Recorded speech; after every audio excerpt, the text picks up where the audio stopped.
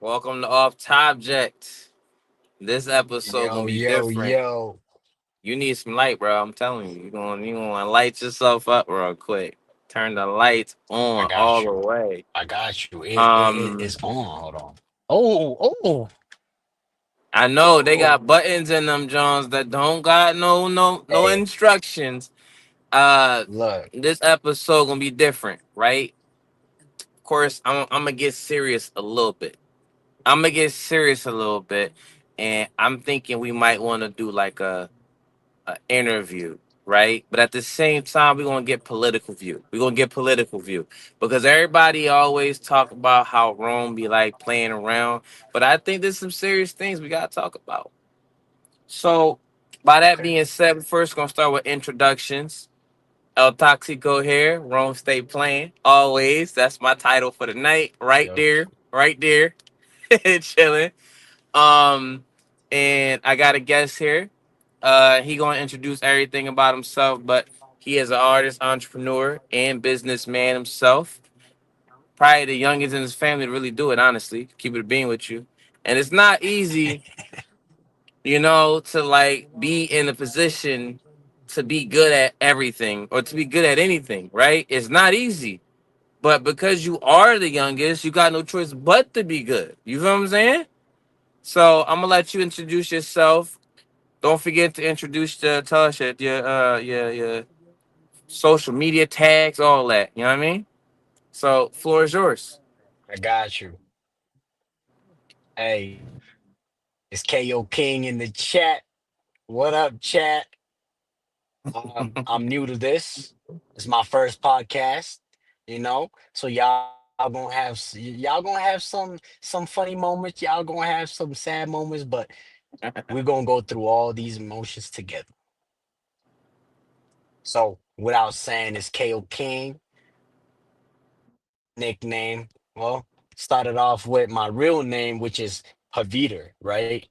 And then out of nowhere, someone in my family started calling me Prince. And then I came into this rap game and I turned into KO King. So Prince has leveled up into KO King.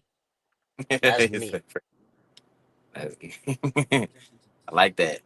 Yeah. And look, I'm a music artist along, Rome the Disciple too.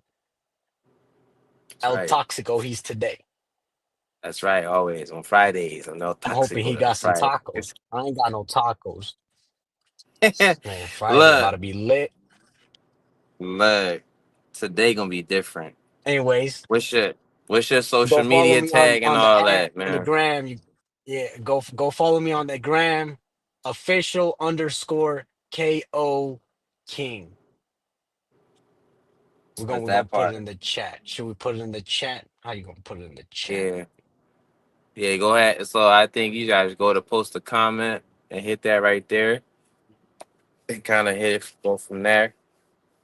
But like we're Let gonna me see. definitely This like thing is a do little a complicated. we're gonna do a recap at the end so that people can kind of follow where you going and all that and make sure because you got a promising career and future. Again, like the youngest in your There we family go. technically do it until Unc level up, and then when Unc level up, that's when it's gonna be different. You know what I mean?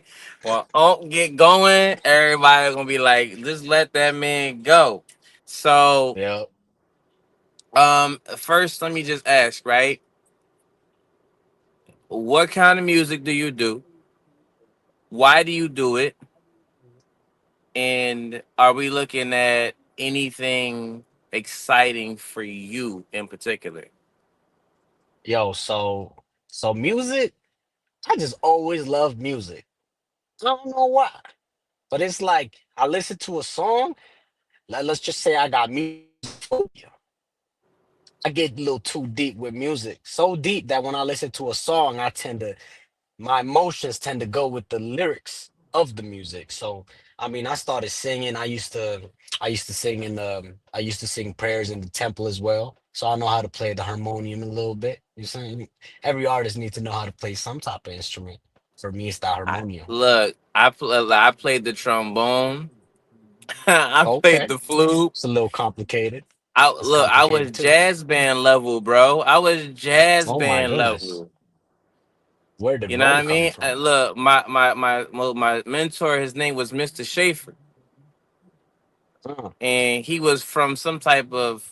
He wasn't American. I'm gonna tell you that. And he was like, "Yo, you are good at this. Why don't you sit down and actually do it so that you can be good at something that you know for a fact you're good at?" And I was like, "I'm good at everything." He was like, "You still young." Like, I was almost like 8, 9. You know what I mean? I'm like, I'm good at everything already, confident. Yeah, I mean, I was trombone, man. I got a story about Trombone how I man, quit right there. trombone. I had to quit that drum because it was not for me. No. Middle school, Mm. I said I'm done. I am done. Like I'm not You know what I mean? I'm gonna tell you We about that not doing later all though. that. I'm gonna tell you about that later. Hey, but anyways, I'm pretty versatile in my music, you know. There's times where I'm doing like some hip hop rap, then I'ma just hop into like some UK drill. Lately I've been recording some Afro beat, giving a little sneak teaser to what's coming out pretty soon. But I be in that club, pop, you know. We explore all genres. That's the point, right? If you a good artist, then you should be able to work with any genre, with as many genres you can, right? Well, but doing that, music is just like, it's not just like I'm doing it only for a career, right? If a career pops off, then it pops off, which I know it will at some point, right? But I just love doing it, right? If I'm just sitting and my brain is thinking of some bars, then why not write it down and put it over a beat, right? You finding the Everybody beat has a first, skill. or you find the lyrics first or the beat first? It just depends, man. If the beat is just that good, then the bars come up.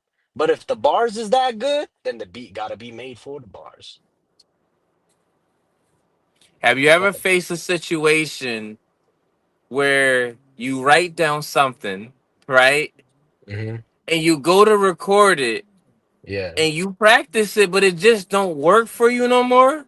Like I get that yeah. so often, but like where do you go with it? Like where are you taking it if it doesn't work? You know, that's a good question. That's a good question. A lot of artists usually just stick with the same thing, right? But I tend to do a lot of different things.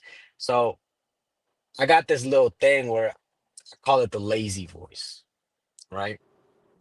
If Said I'm lazy voice. look, yeah, that's what I call it. I call it the lazy voice. If I had a tiring day, and my voice would be like, yeah, something laid back.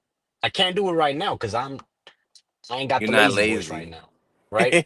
So when I got the lazy voice, I practiced. I do the lazy voice, and I'm gonna save that track for the time being when I got my lazy voice back, right? Lazy voice ain't just something that you can just create out of nowhere, right? There's a moment for an example. Uh, there's a track that I have recorded.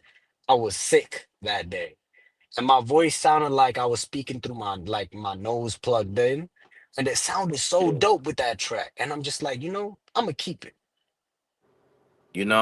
Most artists, especially, they like get sick and they take a sick day, right? Yeah, I learned firsthand that there's no such thing as a sick day. There's no such Uh-uh. thing. And if you think that like a sick day applies to you, you must have to go back to the drawing boards and figure out what that sick day meant. Yeah.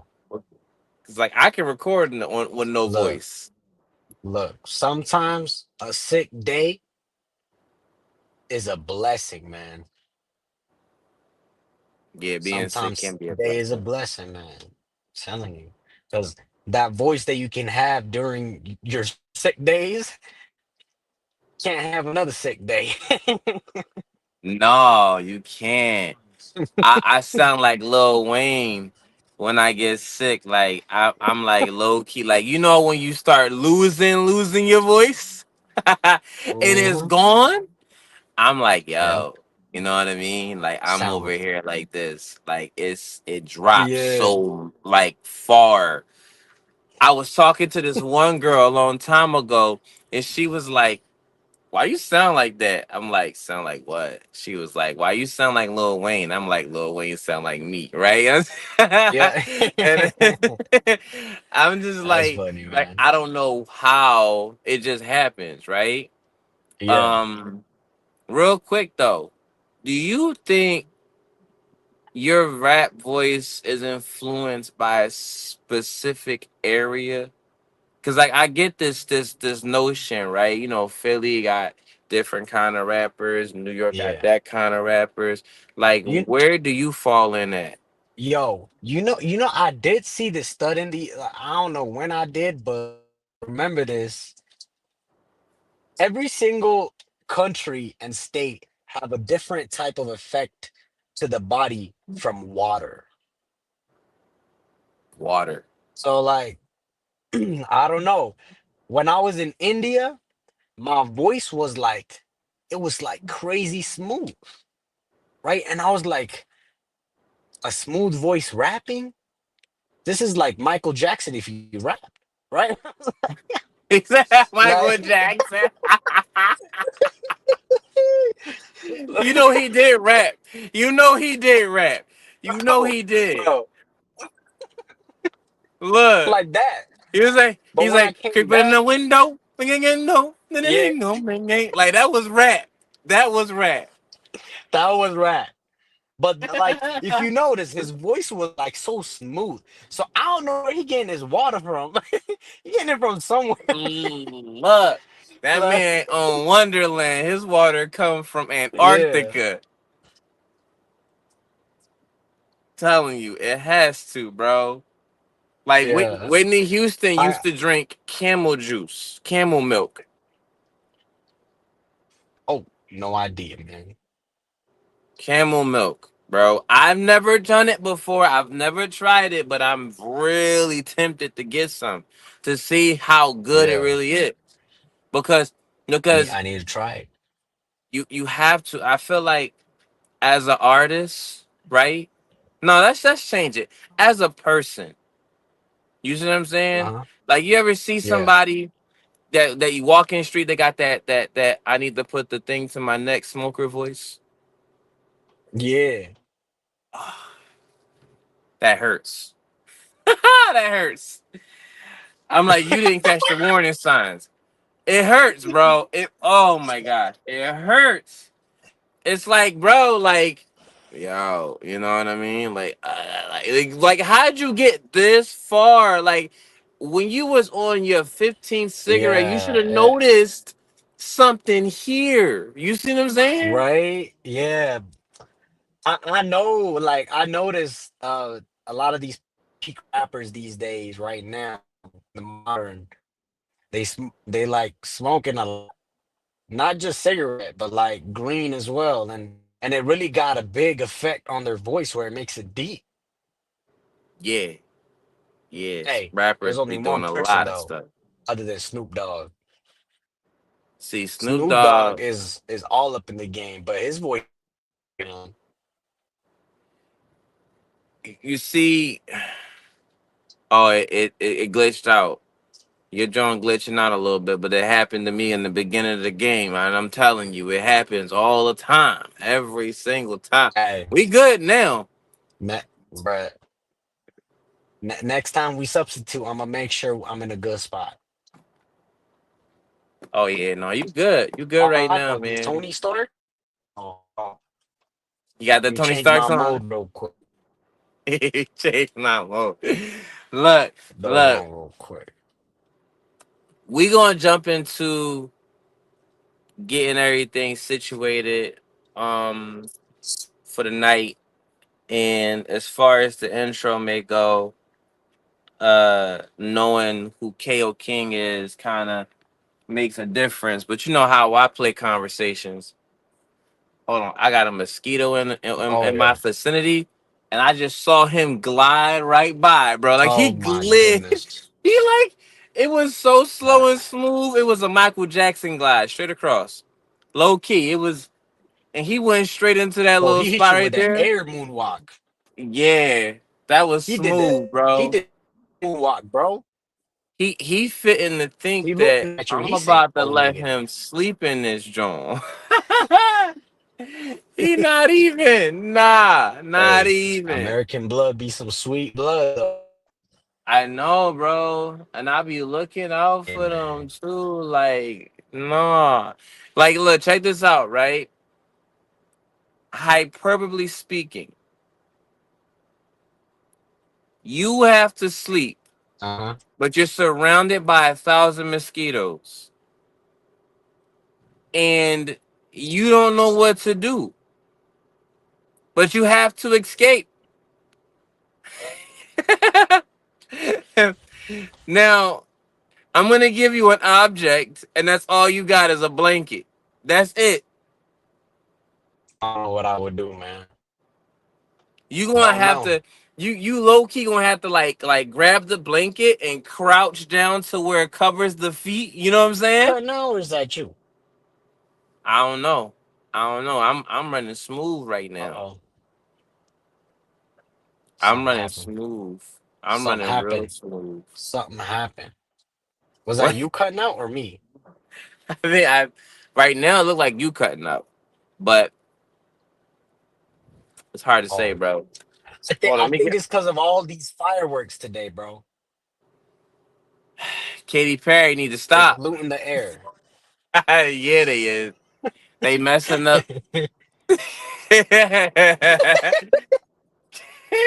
Katy Perry need to stop. She need to go home. You know what I mean?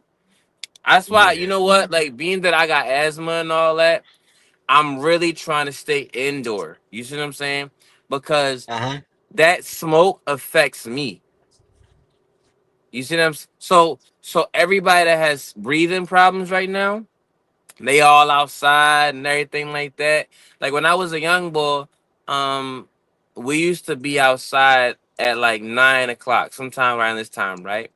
And all Yeah. the old heads would get all the fireworks, put them together, take them down the street to like the open field area, Yeah. and they would let them go off. They let the fireworks off. I remember my dad allowing me to go light one for the first time. I was like stupid excited. I was like, Pops letting me do this? Ah! Yeah. My friends like, yo, you lucky. I'm like, ain't I right? So I'm going down there, I'm Man. walking, I'm super cool. I got on my Easter outfit from last year. I was killing the game again, right? And I get Uh, over, he hands me a Roman candle. Now you know Roman candles. You yeah. gotta hold them, right? You gotta hold them. Yep. So what I did was, as he was lighting, I was aiming it straight, not up, straight. He was like, oh. Push my arm up. Last minute, that shit's a. He was like, you can go sit down. Goodness. But on I, the I, way rem- uh, back, I'm uh, listening, bro. the, so I see like the fireworks here. They're like they make them so safe, right? But if you go to India, the fireworks over there are not safe, bro. They is They not safe, not. bro. What are Nah, they bro. like? Okay, so let me tell you this. There's a rocket that we have over there, right? That's attached to a stick. just a stick, straight stick, which is like made out of wood, right?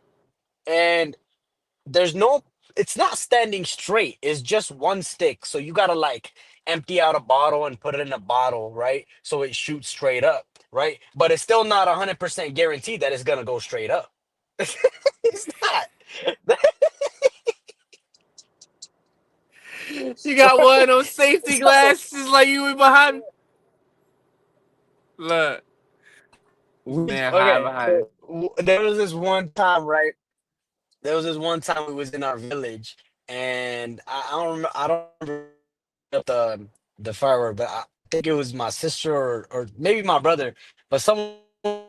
So they put it in a bottle, they light it up, right, and it shot up, but it went sideways, right, and it went to the neighbor's house, and over there, there's like the front yard's pretty big and open, and No. there was this dude we called him Uncle. We called him Uncle, and he had he just had this around his legs and stuff. I don't know if it was wearing underwear or not. That thing hit the floor and went straight into his cloth, bro. And dude, and I was just like, look, I shouldn't be laughing at that, but look, it's it was a funny. good day. Look, it was a good day, but it was more lit for him than it was for us. Look, if a firework Like he came didn't just at see the me firework; he experienced. like full time, that Uh huh. man had fireworks in his Johnnies. Yeah. Bro, I would like But low key hate fireworks from that day on. You know what I mean? Like if I see a well, kid yeah. I remotely with a mean, toy firework, I'm going off. Like I'm going off. yeah, yeah. You know what I'm I saying? mean, the um, the fireworks in India are crazy, man. They're pretty crazy. Like one oh, so like when I was a kid, they wouldn't let me like really light fireworks in India. So me and my friend had this little thing is where we grab a matchbox, put it to the side, Oh, it's cutting out paint real the red quick, part, Brody. like right, It's cutting out a lot. and It's cutting out a lot though. It's cutting out a lot. But look, I ain't gonna fault you on that. Cause they had look, I was stuck on cutting out for like 20 episodes. Maybe 18. 20 episodes is reach. That's a reach. That's a reach. But maybe we just have it on computer. on a computer, yeah. Yeah, but like I think that it comes down to your phone getting adapted to the buffering. Yeah, I think that's what happened. It's got to be the buffering. Kale King will be back. If he's not, we're gonna continue the show. I want y'all to know that we are here making sure dreams get followed. Now, while he's on his way back, I want y'all to know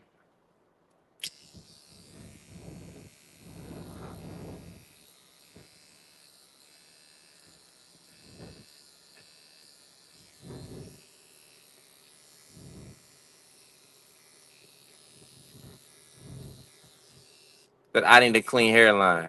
But on that note, check this out.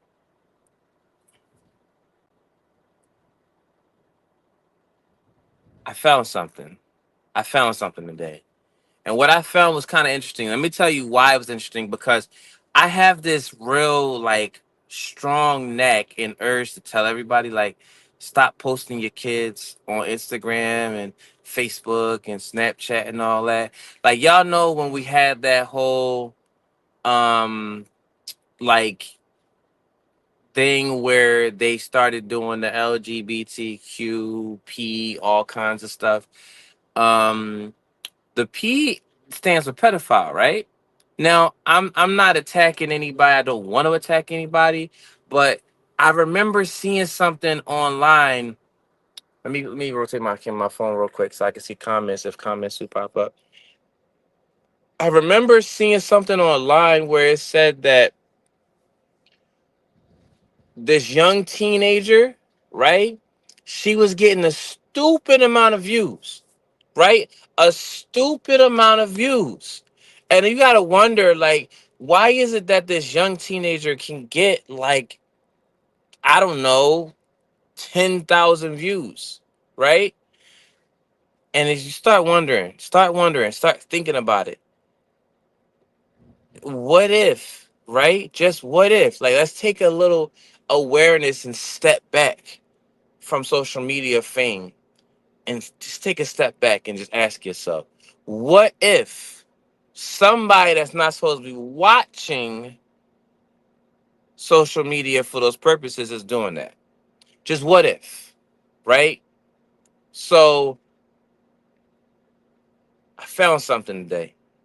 And they already have this law in effect, and it's something that y'all probably don't know. So, because y'all probably don't know, let me tell you about it today. And the act is called the Take It Down Act, right? And it's been signed already. Donald Trump already approved it. Let me tell you what this law covers because I got to read it verbatim so you understand. Like, these are not my words; these are their words. It targets intimate visual depiction, both real and AI generated. So when you go to like AI deep fakes, like you can make create anything with AI nowadays, right? That's just off rip, right? If you create something with AI and it's offensive, has contains of like nudity and it's a harsh word, but we want to say it. Let's just say it because we have to say it. Also, I don't want to because I don't want to get canceled. I don't want them to like stop me from saying stuff. So, um, adult film type stuff. Uh, that's what that's for. But it's established to protect the people that are so-called victims of a situation. So if it's like revenge content, things like that, this law or bill or act is designed specifically for that. Now, it says that every platform has 48 hours to remove the bad content from the platform. Like, they have 48 hours to do it, right? Now you're wondering who gets in trouble if this is not taken down because they have 48 hours to do it.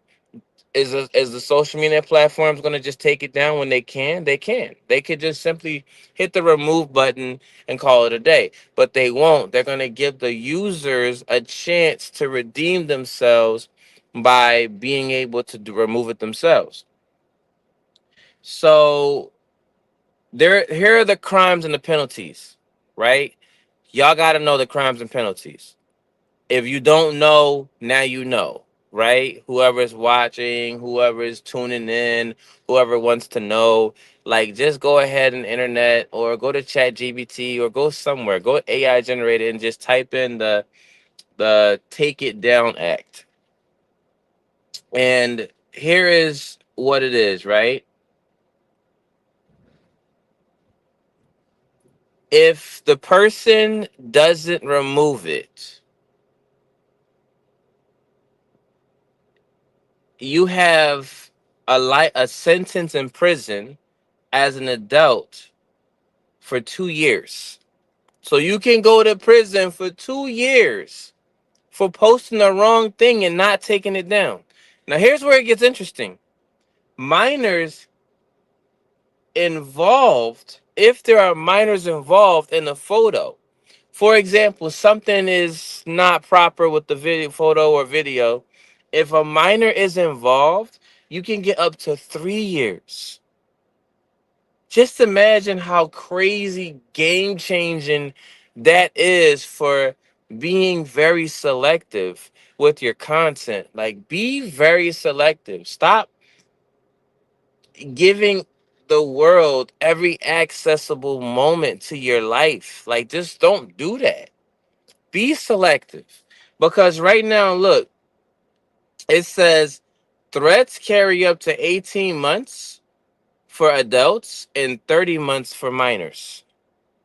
So minors can go to juvie if they don't take it down, right? So as parents, you probably have to say to yourself, like, I need to start watching what my kids post. You do, right? But at the same time, Instagram has like Instagram for kids that's connected to adults.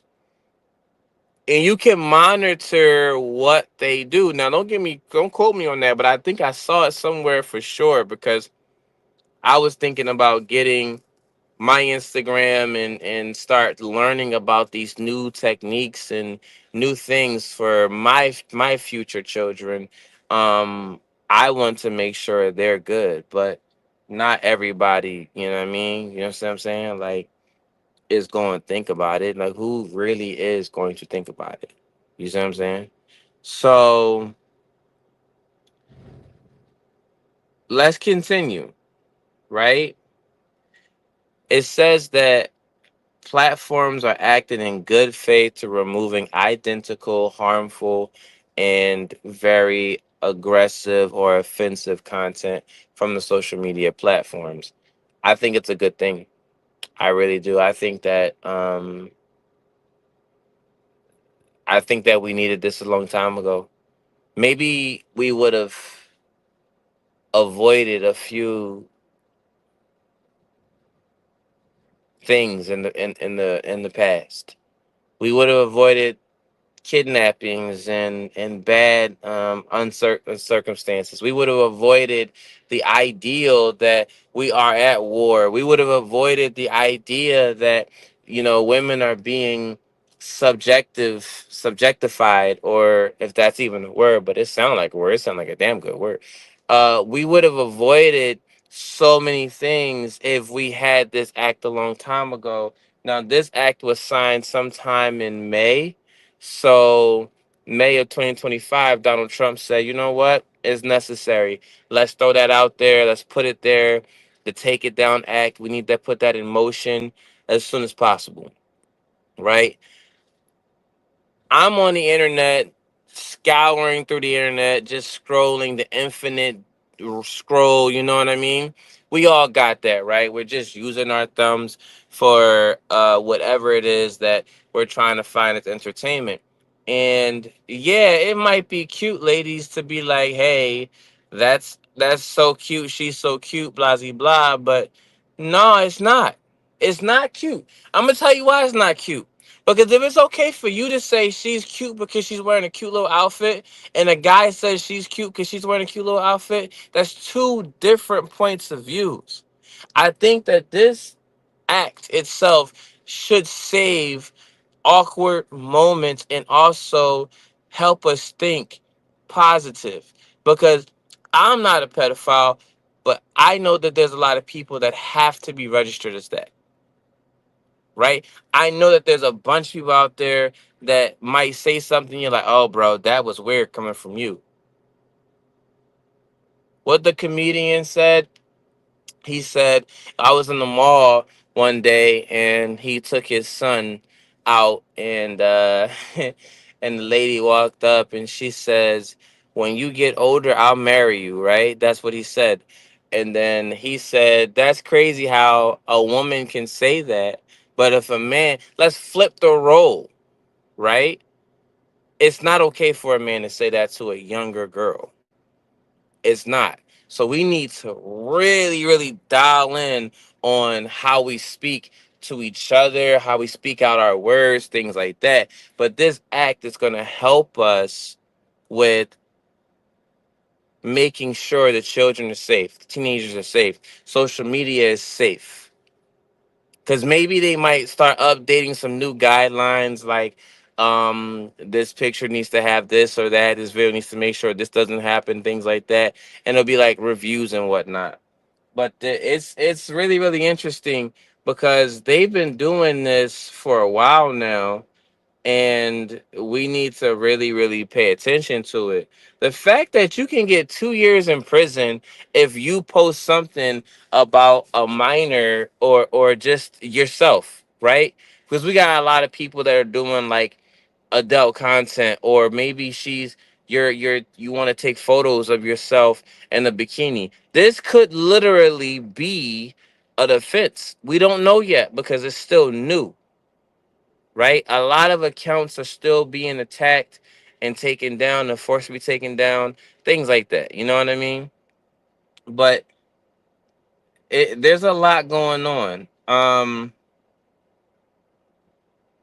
Let's see. Because I was studying this a little bit and I wanted to kind of like speak on it because not many people is trying to see what's going on out there in the world. I want to see what's going on out there in the world because I just want to see what's going on. But there are a lot of dangers, right?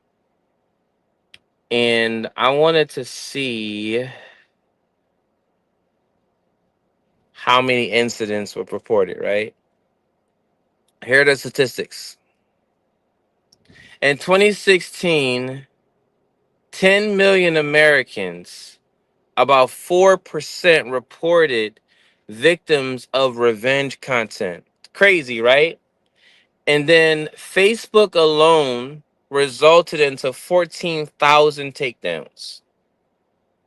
In 2025, reports indicate 200,000 plus revenge content on a global scale. So that's 95% evolving social media platforms, right? Since May of 2025, platforms started to take down so many things. Since May of 2025, the 48-hour takedown rule was on every single platform. And I myself, I'm not posting when if I'm going to the beach on Friday, you're not going to see a post about me on the at the beach on Friday. I'm going to take my photos, right? And then I'm going to sit down on Monday, Tuesday or Wednesday and then post my content. So maybe it's best that you take pictures of your content, plan ahead, and then judge what you want to do. Because I don't think you know what you want to do. I think you just posting stuff just because you cute. Yeah, you cute and all, but that don't mean nothing. I think you posting stuff because you got money. That don't mean nothing. You still got to be subject to the laws and the bills. Your name not in there as an exception. So I don't. I mean, that's just what it is. But if we look at all of the content that's out there, um, this is what I kind of came down to, like who is affected, and they haven't quite gotten that far yet, but they want to. Um, when you go live, if they can't monitor you at all, they will allow you to do what you're doing, right? You have some people that's open to making certain things go about in the play, but they can't take you down out off of live unless you do something a little crazy, crazy drastic, right? So that's what that is. That's the spill of the day when it comes down to our content and what America is doing right now. The Take It Down Act is going to be beneficial to a lot of adults, and now you might not have to worry about it. But I remember, what's that law they said? If your kids don't go to school, you can go to jail. I don't know. My mom was probably not gonna have it. She probably like get out and then she probably go back in for making me go for giving me that opportunity to skip school or whatever the case may be. She probably wouldn't be happy because I skipped school a couple times. I went back though. I went back. I went. Look, this is a funny situation, right? We was all pretty much like I don't know, B. A, B, and some C students. And we was like, "Hey, yo, mom,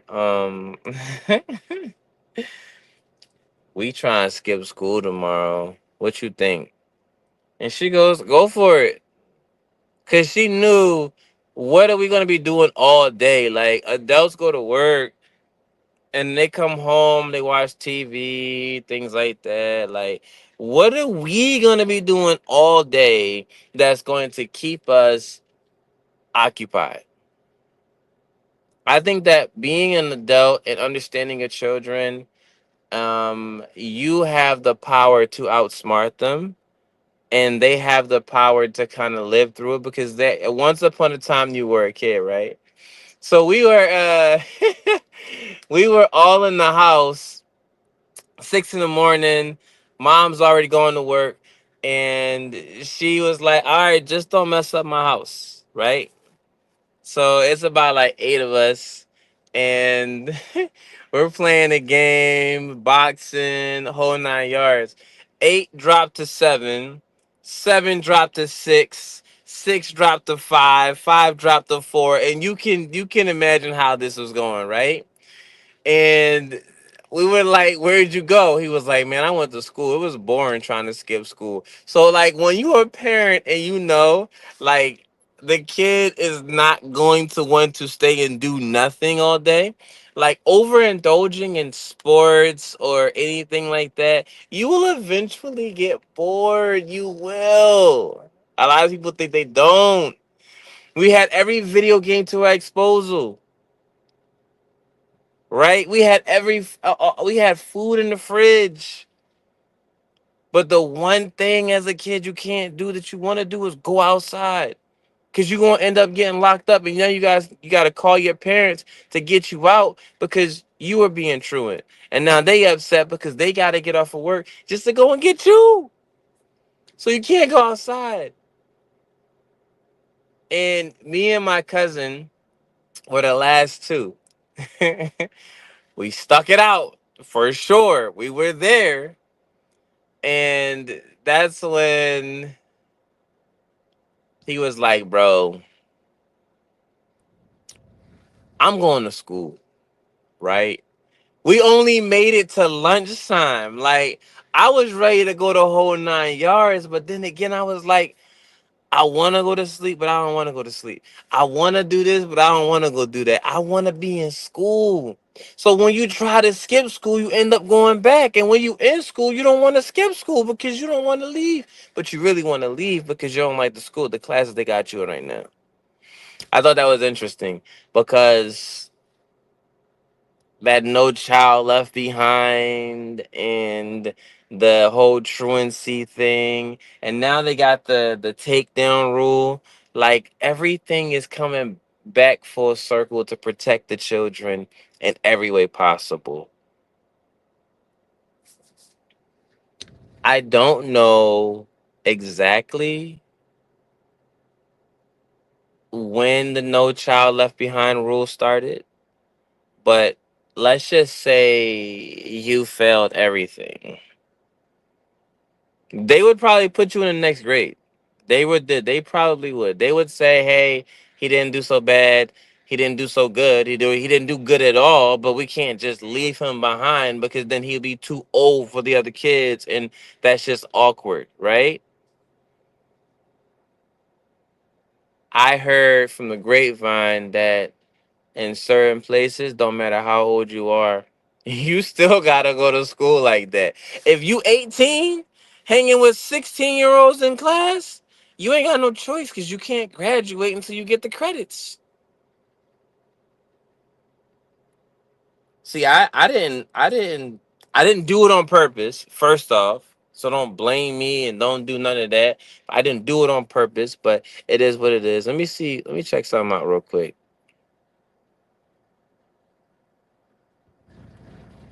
Hold on.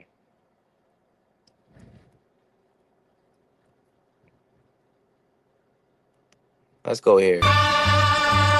E non ti corro appresso, non ti strui, solo a guardare. Yam, yam, coppe, yam, ya, yam. So, my moment, right? I'm new to Overbrook High School. I don't know how to be a bad kid. I really don't. I never knew how to be a bad kid. I just knew that I needed to be a kid in order to get by. The previous year, before I got to Overbrook High School, now if you don't know what Overbrook is, just know that when you hear the Fresh Prince of Bel Air theme song and you watch the commercial, and he was playing basketball on the court, and they got that big school behind him. That's Overbrook High School, right? Overbrook High School is predominantly black. And at the time that I was going there was one Asian person. Maybe he was Chinese. I don't know. But he was still Oriental, right? That's probably the best word to put it, right? And I knew my life just got real. And I messed up by getting all F's. I thought it was cool. Like, I thought I didn't have to worry about anything. Like, no child left behind. I'm ready to go. You know what I mean? My first day, literally, I'm walking through the school and I got to go through a metal detector. I've never been through a metal detector before. It's getting cold in here. Hold on. I got to put my jacket on.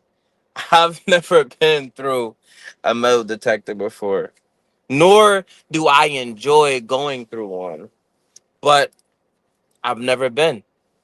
So, persons like, take off your belt, things like that, things that can set off the metal detector, take that off. So I do that. And right, like, you know what I mean, behind me, about three, four people, whatever the case may be, this kid is fighting another kid. Broad daylight. Like, no manners, no warning, no nothing. You just see a full blown fight. Now, I've seen fights before, right? But not in front of no adults, like on purpose. I was like, they must be tripping. But then after like a week of going to that school, I said this one thing to myself: Rome, you gotta change, bro. You're not gonna survive Overbrook if you're not like actually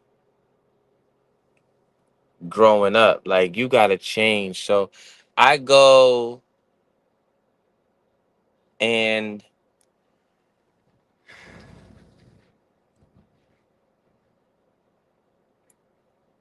I promise you I'm not tired. Not this time.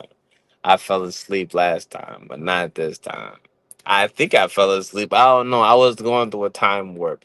Anyway, after a week or two, I decided that I needed to do something different, right?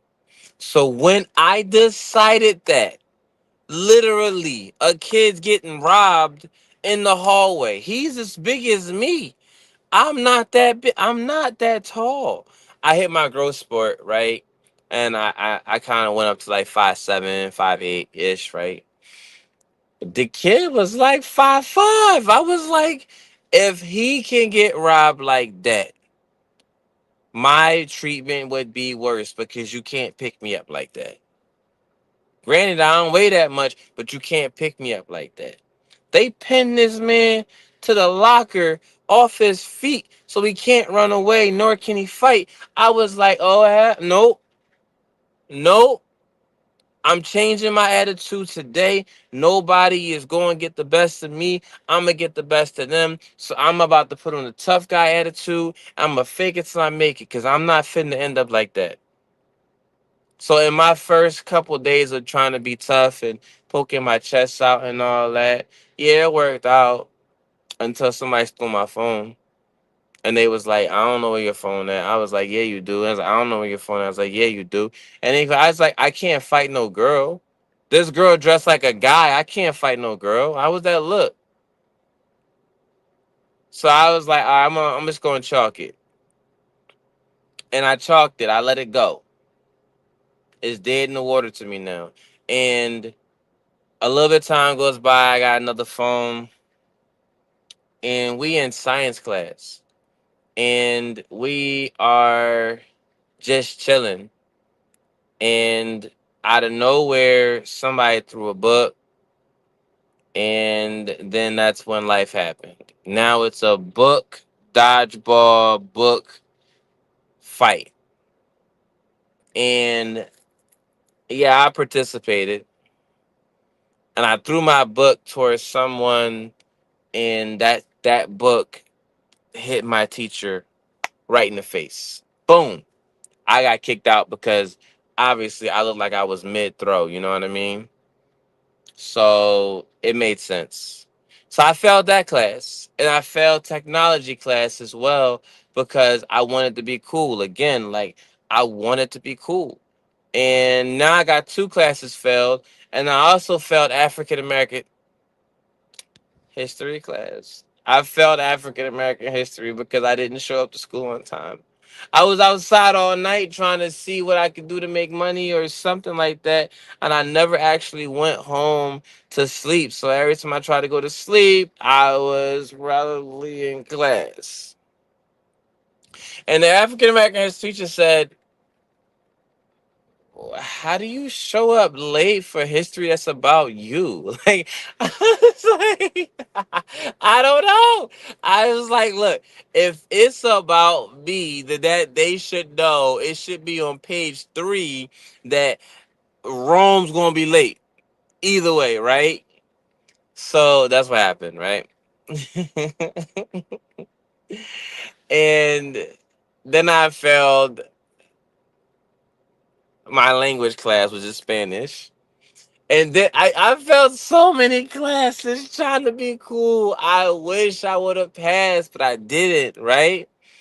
So I moved schools the following 2 years after that, or my junior year. Um, my junior year got pushed back to 10th grade because I didn't have enough credits. So now I'm a 10th grade junior, if that makes sense. And while I'm there, I notice that people are not as smart as you make them. You know what I mean? Stop putting everybody on the pedestal up here, right? Put them down here. Put them. You know what I mean? Put them right here, not up here, here, not up here, here, right? Put them right there, and just watch how they move. If your last name wasn't Singh, don't expect. I'm not expecting you to be smart. If you wasn't Asian or Korean, I'm not expecting you to be smart. It don't matter exactly what you are, where you go. I'm not expecting you to be smart. That's not going to happen. No. Why would I do that? That makes sense. That's silly. Let me button up my coat real quick. But I get over there and I'm killing it, right? I'm having a blast right now. Class is easy. And I'm like, you know what? I'm gonna double up on all of my classes. I'm trying to graduate. I'm trying to be in 12th grade when it's 12th grade. That's what I want to do. So here's I am. Here I am. I'm going to the counselor. I'm sitting down, and I say, I want to double up on my classes. And she said, double up all of them. I said, yeah, double up all of them. Take out the electives. I don't want those. You know what I mean? Would it have been nice? Yeah, of course. They had architectural and engineering. They had science, like horticulture type science, and chemistry classes for advanced, you know, chemicals and things like that. They have robotics programs, whole 9 yards. But I said I messed up in 10th grade. So let me get my situation fixed first before I try to do something crazy, right? So here I am. I am doubling up, and I'm in 10th and 11th grade. If you yawn, you owe me $1. Um, I'm in 11th grade. I'm in 11th grade class, and a lot of things happen. I'm not gonna talk about those. That's not something you talk about. I'm good, but everybody thought I was in 11th grade, but I really wasn't. So here I am. I'm just chilling, and I'm like, I'm not gonna graduate with you, by the way. And she's like, why? Aren't you in 11th grade? I was like, no, I'm not in 11th grade. I'm actually in 10th grade, but I just doubled up on my classes. I'm just smart enough to do it, right? And to be a smart 10th grader with a bunch of seniors and 11th graders, it was quite fun because I'm your age, but I'm not in your grade. That's crazy. And I always wonder what it feel like to be graduated at 17. I guess we'll never know, right? We get this assignment, right?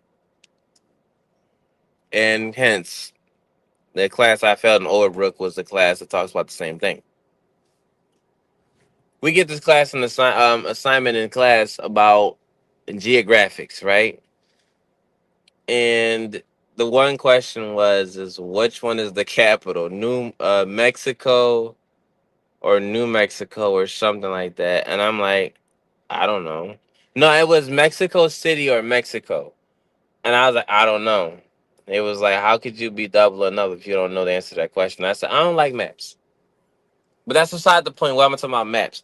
I failed 5 classes, and then I doubled up when I was in 10th grade because I was a super senior technically.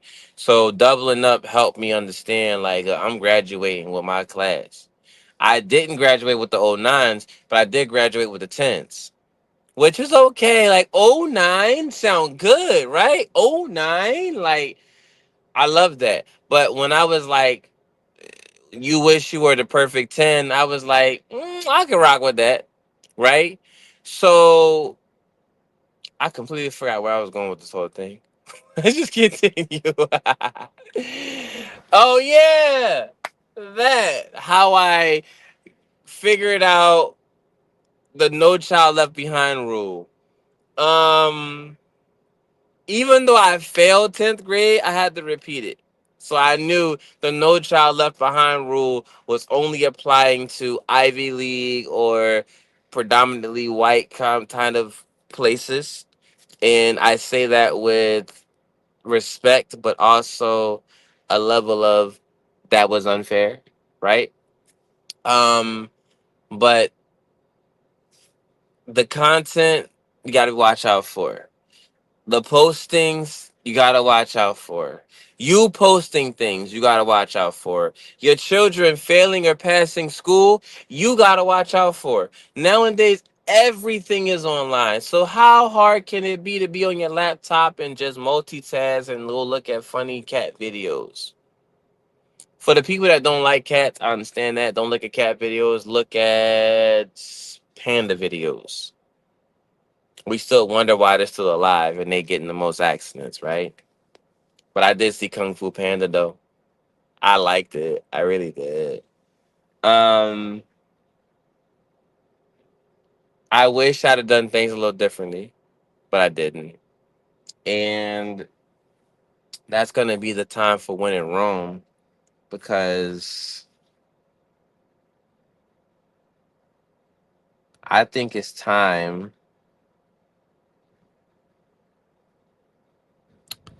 for tea time.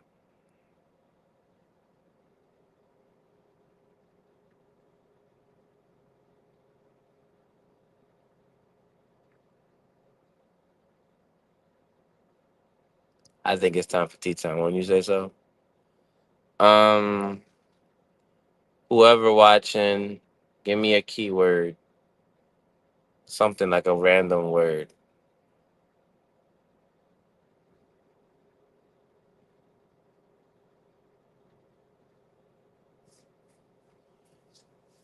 Here we go. Tea time. Let me go. Let me get the thing real quick.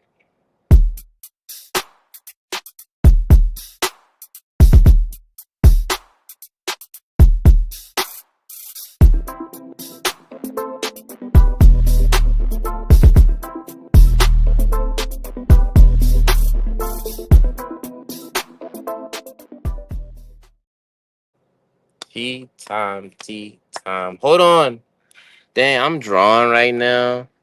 I'm gonna go to tea time without getting my drawing. Let me get let me get my let me get my lyric bow first. You know what I mean? Let me get pretty. Yes, sir. What you think? That's good. I feel good. I feel gorgeous. So for tea time tonight, right? I want to talk about something. I really don't know the answer to this, but I'm gonna give you my thoughts, right? Because like my thoughts can be taken for a grain of salt. Like you don't necessarily have to use them, but I'm curious. Um, when is a good time to move in with somebody, right? Like, when should you actually move in? Like, you go on a date with someone and you guys are moving as steady as you can. Like, when do you actually move in with the person? And you don't really know much about them, right?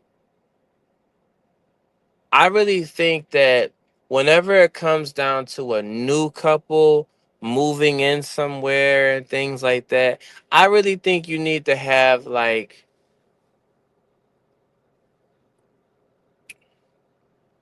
group dates first to determine whether the other person is narcissistic or aggressive or part-time evil. I really think that you should have a lot of group dates. Now, a group date for me personally has to involve an activity. I went on a group date with a bunch of people and this chick named Erica. And Erica was a sweetheart, right? But she wasn't it, you know? She was talented, but she wasn't it. Nor was I it. I didn't even have a license at the time. But I do know that it was necessary for me to go out on a group date.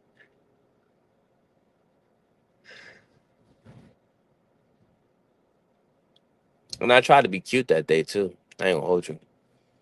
And before we go out to eat, number one, I don't even know this girl from a grain of salt. Somebody just told me I should go on a date with her. So I did. I'm just new to this whole scene, so I just did it. While we were out eating, everybody had these cute moments, right? And these cute moments were very consistent of like how you met, where you went, did he propose, how did he propose, um what's your favorite thing about the person. And these are things that come about, and I don't mind it. I really don't. But what I started to see is that I do mind the fact that we're playing the comparison game. Who can be the cutest at the table type of game. Erica had nothing to say. I had nothing to say. This double date sounds like it was for nothing. So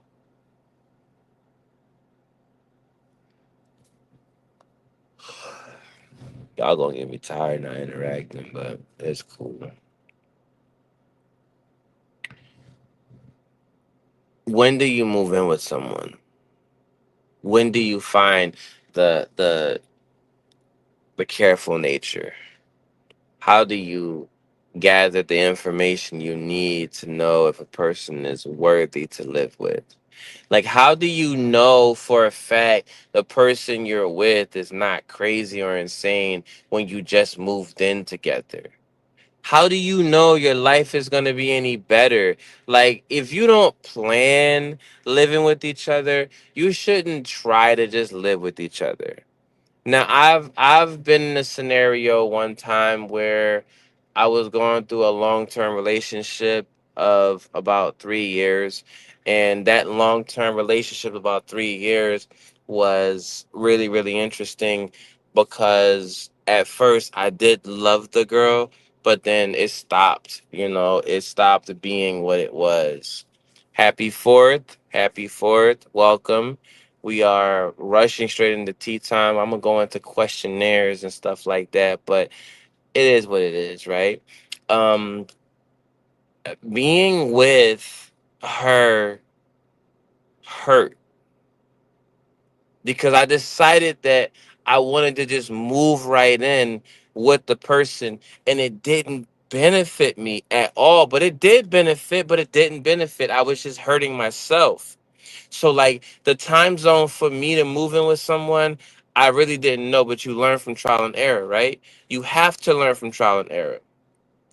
When I started living with her, everything was cool. Everything was great. I think that when you start living with someone, you're in your honeymoon phase. Like you can wake up in your honeymoon phase when you just move in and you can cook, you can clean, you can go out into the movies and come home and see this person and then see that person, and you're just happy, right? In your honeymoon phase, you're just happy. But when things start to get a little difficult, now it's like, okay, who's sleeping on the couch? Or I'm not really feeling this, not liking that, argument this, argument that.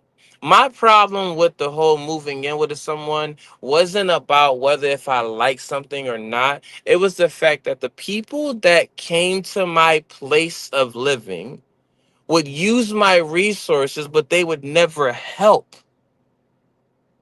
Like if I needed help, it's like you on your own. If they needed help, is I'm here for you. I didn't make the birthday rap, but I tried.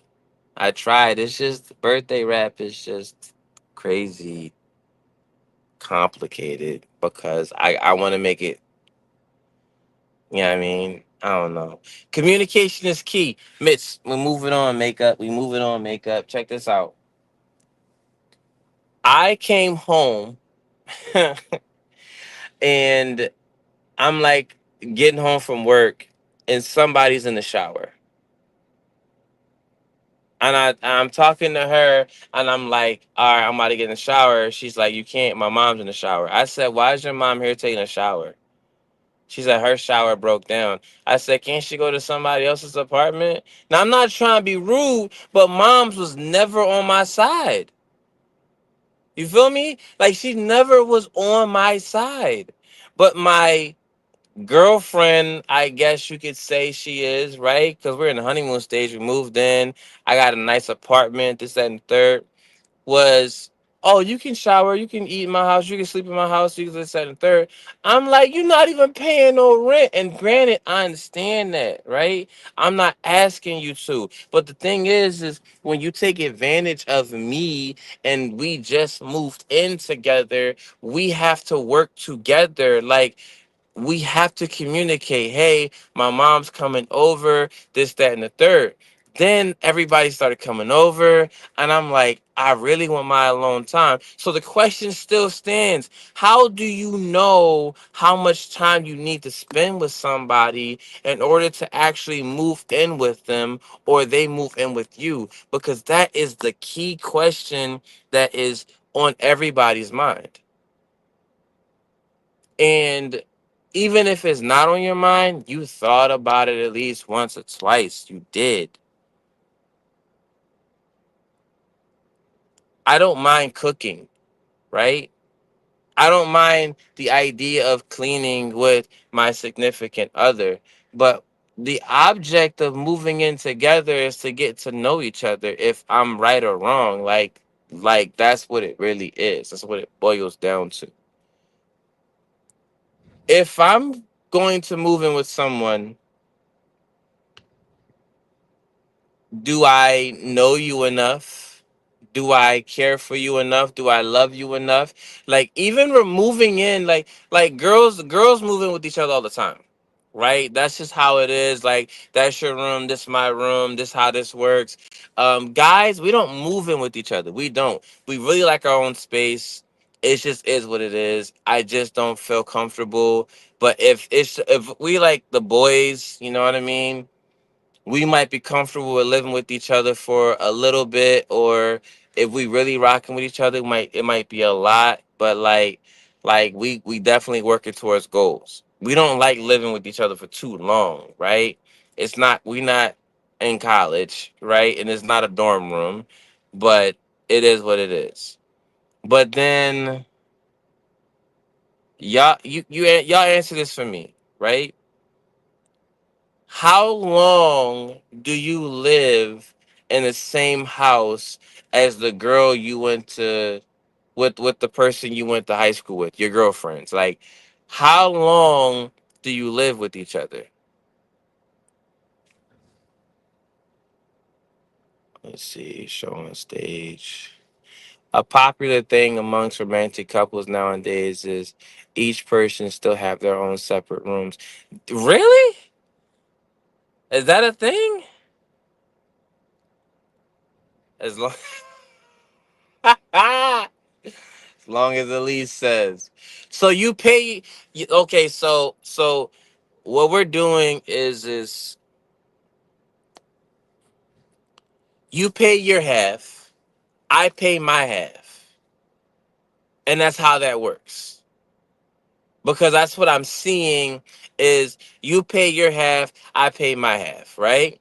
Now let's touch base on this romantic couples having their own separate rooms. How does that work? I, I'm I need to see this. I need to see from your perspective, how does that work? So if like, are there kids involved? Because they're romantic, right? Like maybe they started at a whole at an apartment. I'm about to say a hotel because that's probably where they started. But maybe they started at an apartment and they got one kid, right? So you get a 3 bedroom, 2 bathroom, one room for the man, one room for the female, one room for the baby, but everybody shares, the male's room. Is that how that works? Because I'm not really walking in that direction when it comes to thought yet. But I am understanding little at a time. Like I don't know. I don't know. It's so are you customizing your room? Well,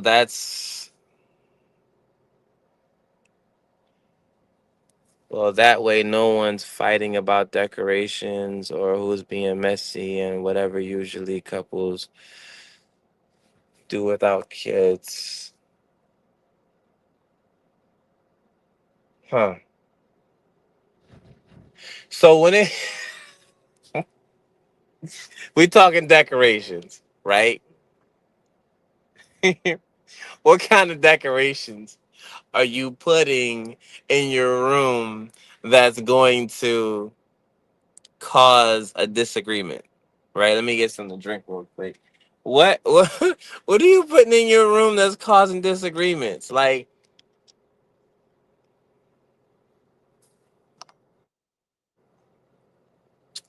KO King couldn't come back.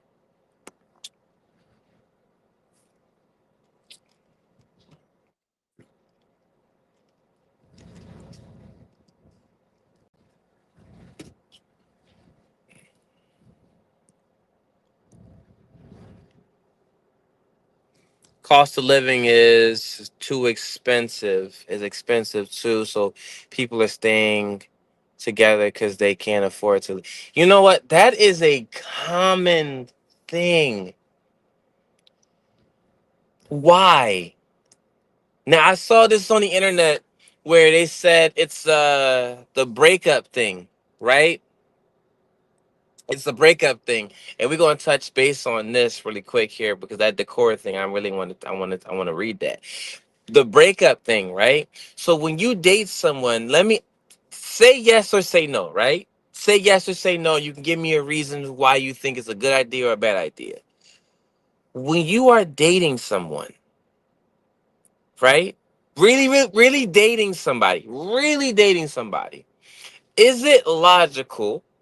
Is it logical for you and the other person to put in money to the breakup pot, like a breakup thing? Like if we break up, the person that did the thing that made us break up doesn't get anything. The other person gets whatever is inside this jar.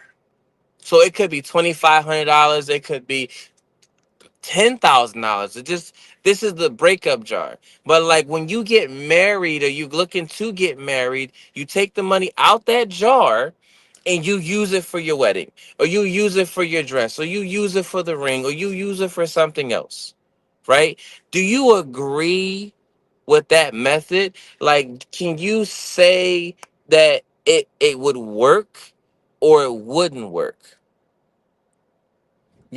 Because maybe that's a solution to why we can't get ahead. I can't say people because I'm not rich. So it should be a thing. I I thought so. I really did. I really did. I want to read this comment really quick here. Some dudes would rather not have girly decor when it's really something motivational or I want to ask for an example on that. I really do. Because it everything in the house don't gotta be manly, right? Everything in the house don't gotta be manly. Um, but there are universal things, very universal things, like the wallpaper. Don't make it pink. Let's make it universal, right? Um, the couch. Don't make it cheetah print. You know what I mean? It's cute. Don't get me wrong, but don't make it cheetah print, right? Um, there should be right or wrong, right? There should be a fine line for things you do as a couple. Decisions, so we say, right? I think that there should be that question: how long have you been single? And has it affected you mentally? Because honestly, a single person that has been single for a really long time is going to have a different point of view compared to a person that has been single for at least amount of time. And I honestly, I don't know. I can't really paint the perfect picture for it, but like my single time, me being single was like very, very tough. First off, let's see. Think about it. If you're married and get divorced, you split stuff. So why not have a jar before getting married? You're right. You're right. Now, what if both of y'all came to the disagreement that it wouldn't work out? So do you split the jar because it's $10,000 in it? That's a great question to ask. If the jar had enough money in it, do you say this won't work out because we're starting to fall off a little bit? Let's take whatever in that jar and split it in half. I'm always right.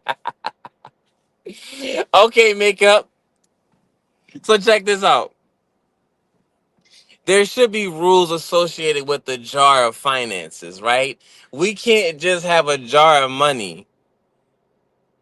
All right, we can split it, but we can't just have a jar of money and not have rules. So, as a collective right now on this live, let's make up some rules. What are some rules to actually breaking the jar of finances? Like, what is off limits? Now, I know cheating off limits, right? Cheating is definitely in a pot of you messed up, right? Like that's what that is, right? But there's a way around that. Two adults can figure it out. You see what I'm saying? Like you can't say you love someone and then go back and be like, oh, this, that, and the third, you're a cheater, blah, blah, blah. Like we don't know the story. You don't know the story. Talk to that person and decide how guilty that person really is, right? I know that was a harsh one. I said it. Life moves on. That's what happened. Right? Communication. Number one, having two separate rooms has got to be interesting. Off rip, two separate rooms. Honestly, you gonna sleep in one, we're gonna Airbnb the other. That's how I see it, right? But how do you justify communication if you have two separate rooms off rip? Like, what has to go wrong for you to say two separate rooms is like a good thing? Because don't you want to sleep next to your partner? You know what I mean? Wouldn't you want to sleep next to the individual you so called say it makes you happy? Like,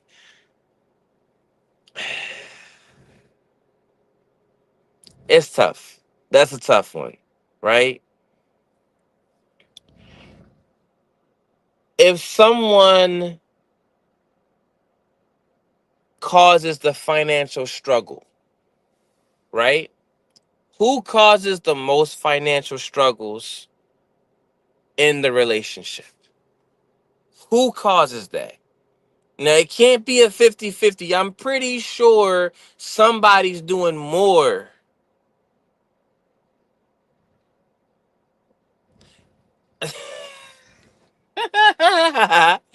Annoying is crazy. I'm putting that on the screen just because I want to. Because if he's annoying you, yeah, I guess two rooms work. But, like, what would he be annoying you about? You see what I'm saying? Like, is this an argument annoying? You know what I mean? Is this argument to like I don't really like the idea that my girl has to cook for me all the time. I like cooking too. You can step to the side, go outside and touch some grass. I'm taking over the kitchen today. What do you want to make? What do you want to eat? I'm going to make it today. That's my life, right? That's how I see it. But then again, I like to be a little romantic. You know what I mean? So if your favorite dish is something, I want to make that because I feel like a woman needs time to unwind from herself in the world to say, what have I not thought about yet? What have I not done yet? Where have I not gone yet with my thoughts? Do I feel satisfied with my life? You know, I definitely want to build towards something, right? And if your woman, because I'm a guy, obviously, right? Because if your woman is obviously not having the best life, you need to give her space to go do that. Like go to school, go outside with the girls, or watch a TV show. Binge watch Orange is the New Black all over again because I know you saw it already, but you love it that much. You haven't met me yet like that though. Makeup, stop playing. Hold on, we're gonna go to the next comment and go from here. It says, we need personal space, but I can't sleep without my partner. Marriage is 50-50. I mean, do we want to associate ratios? Like, if marriage is 50-50 and your partner wants something consensual and you don't want to be consensual because you're tired, it's not really 50-50. You know what I mean? I don't think it can be 50-50 because you guys haven't really discussed it in that way.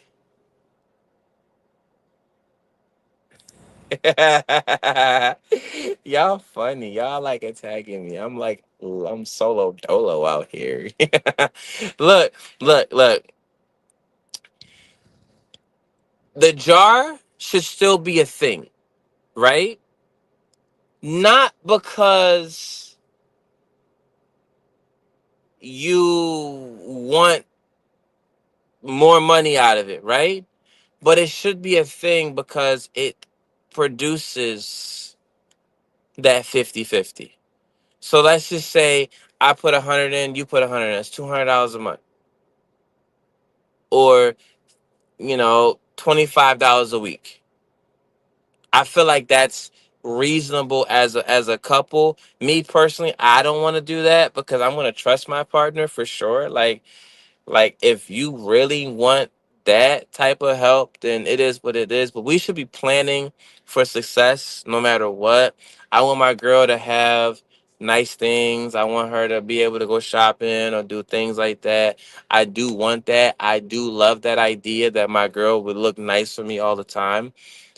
So maybe that's part of the 50%. You know what I mean? Your 50 is just making sure like you do what you need to do to be happy. You know what I mean? And I can be romantic.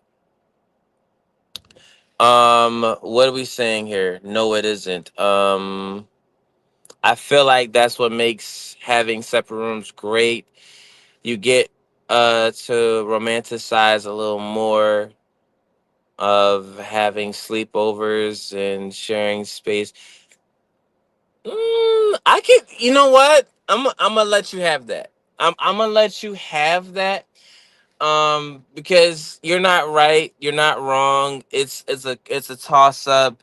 Let's see what everyone else is thinking about it.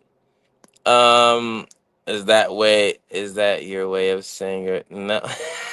I don't know if I'm a sugar daddy or not. Um,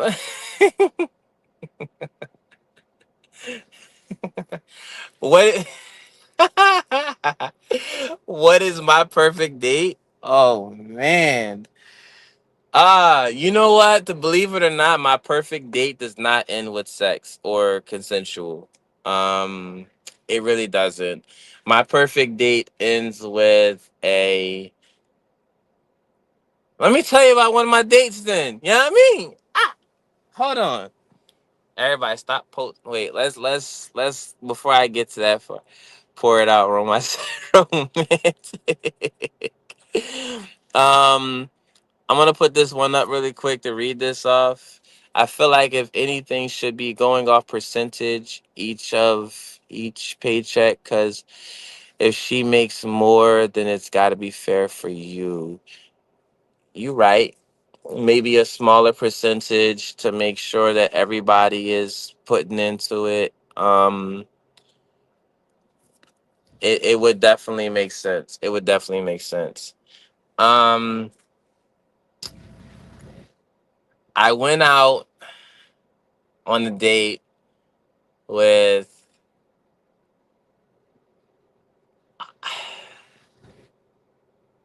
I hate calling her ex girlfriend, but it kind of just is what it is. It just is what it is. So as far as like romantic wise, it's probably a 7 out of 10. X. Just girl X. um, I would say that I loved. that she loved art. I loved that she loved food, right? Because you know I like to eat. Y'all already know I like to eat. That's just one thing off rip. Like I love to eat. I love that she loved the idea of a deep conversation. Don't fill me up with BS because you think that it would be good for our relationship. Fill me up with things that pour into me and make me think. Because my idea of getting to know my best friend does not fall off of what you're wearing. It doesn't fall off what you look like or how often you go to the gym. Granted, you should be taking care of yourself in the first place so it doesn't look like that. So, this is my perfect date. I come and get you or you come and get me. There is no judgment zones here, right? What if my car is in the shop? You should be able to just accept good graces on that. I am not a stranger to you because you invited me on a nice evening outside. This is how this works. Because I am a grown man, I am going to choose a grown date, right? But that at that time was a teenage date because she wanted to go outside. We went to the movies, we went shopping, we did a couple of things, we did laughs and things like that. And we got pina coladas that day. And she said, "No one's ever done this for me." And I thought that was sweet. Now, the perfect date falls into pocket when you plan. If a man doesn't go outside, he can never plan a perfect date. He can't. He just can't. Like he's incapable, right? Now, ladies, tell me if I'm right or if I'm wrong. You go on a date with a guy and he does something just basic. Takes you to the spaghetti house or the spaghetti factory or whatever. Anybody can take you to the spaghetti factory. But did you know there's places out there that you can go inside of a store and it has a restaurant behind the store hidden in places that only people that look can find? Like these are great dates, right? Great opportunities. And I would love to go out on one of those dates. I love to be next to you. But don't get me wrong, I'm not a very public, intimate person. It's just not what I want to be. Because if you with me, you my girl. That's how you should be. Dress like, walk like. Don't be far apart. But if you want to say like maybe it's raining outside and things like that, and you feeling like I'm gonna get wet, I run over to the store, come back with an umbrella, poof, let's get going. I'm soaked, you not. That's how this works. But in every single scene that you can think of, the guy is soaked and the girl's like, "You want to come up to my place?" Wrong. That's not how I play the game. Don't play the game like that. So I want my perfect date to always have the element of a great meal that I've never had before, but I really want to try. I went out, I searched, I researched, I did everything I could. I want my perfect date to have some talking. I want my perfect date to maybe hold hands. I want my perfect date to maybe do something cute like what do you call those things with the horses, the carriages? The horses pull the carriage. Like I've done that one time, right? That was nice. It was cute. But I like my perfect date to have a certain things. I'm sorry I can't really dive deep into it, but I think that if I love you enough, I'm gonna do something cute. Like off rip. If I love you enough, I'm gonna do something cute. I like it when a woman cracks a joke and it's actually funny. I love it. I honestly I can't help myself but to just love it, right? I was outside um with a friend of mine, right?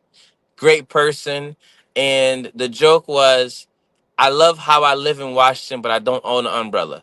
I thought it was hilarious cuz it rains in Washington all the time. It wasn't a date. It was just an outside thing cuz I don't go outside very often, right? And it was hilarious. It was hilarious. I love it. You know, the best time to crack a joke is when it's least expected, no matter what, right? So, like, how often do you make the person you with laugh? That's the question. Huh? How often do you make the person you with laugh?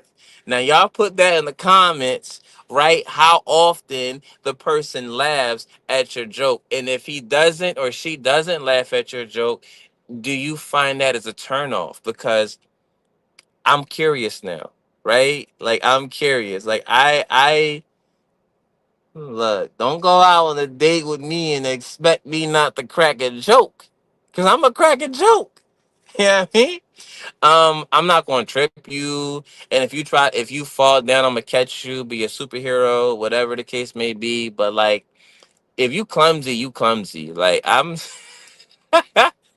if you clumsy, you clumsy. I can't help you with that. Um, I want to wear something nice, preferably a white shirt, no tie, slacks, dress shoes, smell good. I want to hold on. Can't have someone be all serious all the time, but at the same time, can't be making jokes out of everything. You, I'm not gonna laugh when you fall. You right. I have this. I've been told like my eye contact is crazy. Like it's good. Like I believe eye contact is a big part, a big part of being romantic. Not serial killer eye contact though, because that's a look to kill.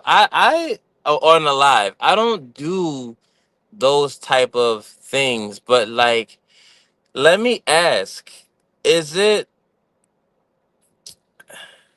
How do you justify flirting during the date? There must be a way to justify it. And if so, how much flirting is okay? On a scale of 1 to 10, how much flirting is okay? And where do you draw the line? Where do you draw the line? Because as a woman, you hear guys say, "Oh, your eyes are so beautiful. Oh, I love your outfit. Oh, you smell amazing. Oh, your smile is awesome." Like you hear things, right? And my flirting is not like that, but I will not talk like that. This is a family channel. But what is flirting? You on a date, compliment the girl. What compliment haven't you heard already that he will say? Or are you going to hear the same compliments as before? Like, are you okay with repeated compliments? Like, anybody could call you beautiful. Anybody can say you look amazing. A random person can call you gorgeous. Like, what compliment? Mm. I've seen guys do that though. It doesn't matter. It doesn't mean the same.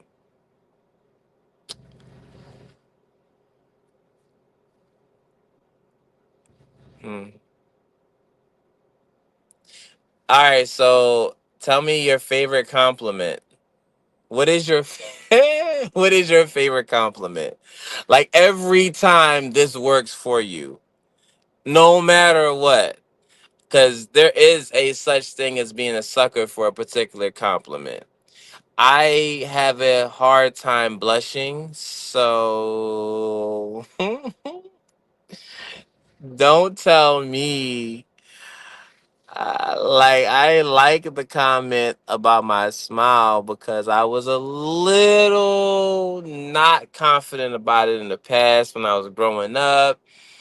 Everybody would always talk about it in a bad way, but then I'm like, It ain't that bad, right?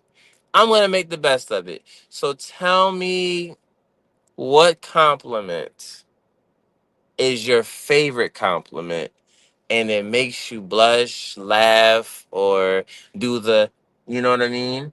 That, like, what is it? And maybe this is something for our future viewers to like look at the compliments and be like, I like that or I don't like that. I personally like to throw compliments out on you keeping yourself together. Like, thank you for taking care of you, right? Like, that's important. Taking care of you is important. If you don't take care of you, why would I want to take care of you? You see what I'm saying? I hope that makes sense. I really do. Y'all smart enough to figure that out. Um,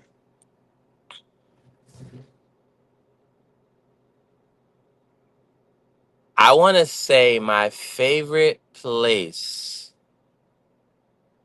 to go to has to be something that deals with pasta, right? Um, I love Olive Garden. That's hands down, right? But Olive Garden isn't romantic, is it? Like, is it not enough romance right there?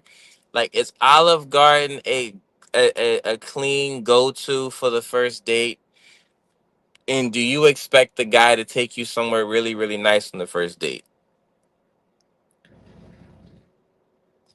Is he supposed to?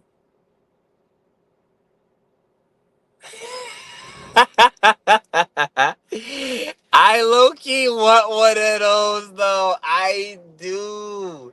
Slurping it, right? I really do. Look, let me tell you. Let me tell you. The scene is cute, but who on God's green planet is making one large long noodle like that? who who is doing that? Look, if I wanted to kiss you, I'm just gonna kiss you, but not awkwardly. It's not going to be one of the moments. It's going to be planted in the right scene where the music is playing and you are XYZ. I don't know. Every kiss is different because every kiss begins with K. I had to say that because that was a moment. But every kiss is different. Here's a question, ladies, because y'all got these comments flowing, right? How soon after a cute moment is the kiss open, or if the kiss is open or not? Because that seals the deal. If a man waits too long to actually make the move, does that make you upset? Does that give you lights to say, red flag?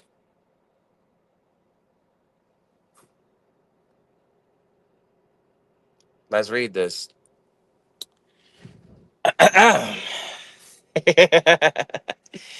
Great minds think alike.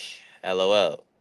Depends on the girl, to be honest. I was completely fine for the first date being Mickey D's and talking in the car.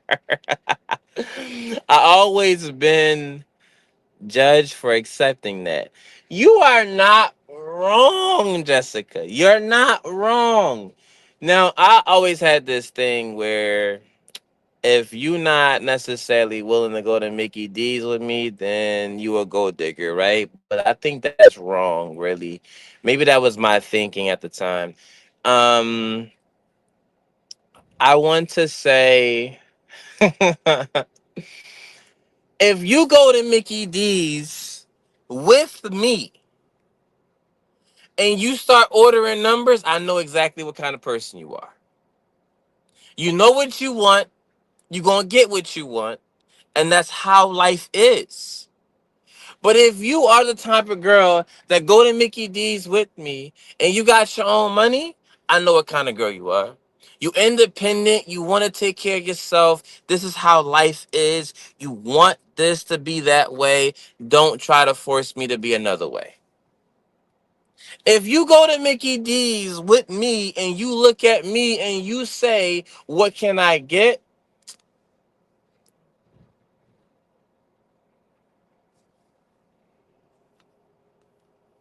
What kind of person is that?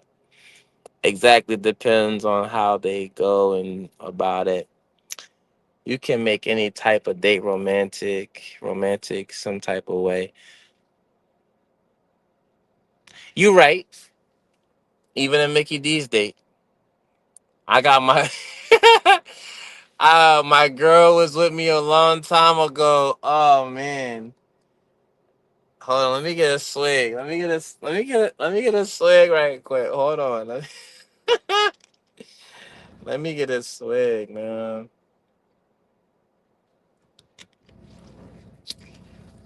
My girl was with me, right? And I said,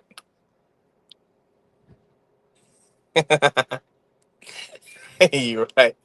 You right. You definitely right now, for sure. Like, for sure. Uh I like to negotiate with you, makeup. That's what makes this interesting. Don't argue with me because I will try to find AI facts and I will Google ways to win an argument. But my girl with me and we outside and I tell her, I said, babe, you've been quiet about going shopping this week, right? So here, take 50. That's what I got. I'm a teenager. I don't got that much bread like that, but I do got some. I don't got that much. Now, I'm not going to tell you how I made the money, but I can tell you that I made the money. But I'm like, here, take 50. That's what I got on me right now. The rest of the money at the house. And she goes, what can I get? I said, whatever you want. You just go wherever you want to go. I'm here with you. And we walked into the store and she bought some clothes and all that, and I was like, I'm hungry. I gave her what she needed, I still had what I needed, and we went to McDonald's. And she looked at me and she said, what can I get? And I'm like, whatever you want. And she said, really? So she started getting double cheeseburgers and fries and the milkshake. You know, the Oreo one where the McFlurry. She started getting that, John. And then she started getting some other stuff. And she was like, can I take some home? I said, go for it. And I lied to you not. She ran the ticket to like $30 or something like that, right? And I don't mind shopping. I don't mind the expenditure, right? It's not a problem. But the thing is like just watching her be free from a no was good. For me. For me it was. But that mean that whenever we go out, she expensive. But she also asks, what can I get? So was I wrong for saying, oh, all you don't got no limit, or was I wrong for just opening the tab up and not having like a limit? Because there's a limit. There's always a limit. You can never not have a limit. Be okay with the limit. You didn't see that on Mickey D's.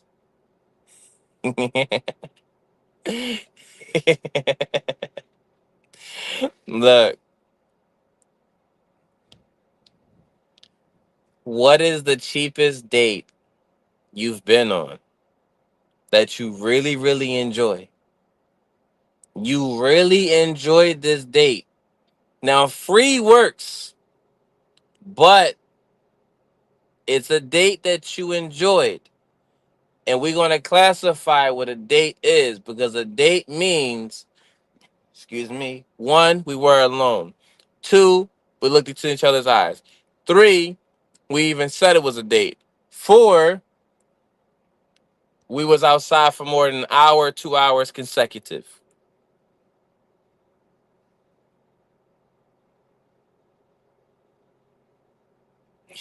When it was $1. look, look. I recently went out with one of my favorite, my like, not say one of my favorite person on this planet. I went out with her and we went to the arcade, right? And the arcade was fun because one, I like to be a kid. Two, um I like to beat the status quo. Like if it's 14 seconds, it is 14 seconds. I mean, it's considered a date, but that means what's cheap? You know what I mean? And while you decide that, I'm gonna tell you to finish the rest of my story. Um, and as we went to the arcade and we were kids, right? Because adults don't have a chance to be kids. You don't have the chance to be kids. You're always adulting. You know what I mean? Nothing's cheap, tariffs. Look, adulting is very expensive. So going out to the arcade, being children for just a little bit, having a good time, but at the same time, it was beautiful because I'm not trying to be super grown. I'm just trying to be myself, right? And that's the most important thing for a date is just being yourself. So if you go to McDonald's and you're like, "Oh, I love a Big Mac," then get a Big Mac. But that new thing that they got going on, the Arch Burger, we talked about it like I think in the last episode. I still haven't seen that yet. I don't think I'm ever gonna see it, but I still haven't seen that yet. So for whatever it's worth, we're gonna have to run Mickey D's up until they give us what we're looking for. But I really enjoyed that date because I'm allowing myself to be free. I'm allowing my girl to be free. I'm allowing the thing that is holding us back. Like you said, don't play too much, don't overly flirt, don't do things, don't overindulge.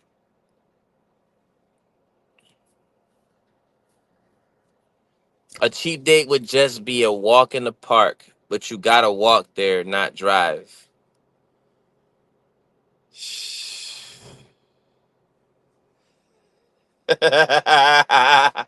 That is a sticky one.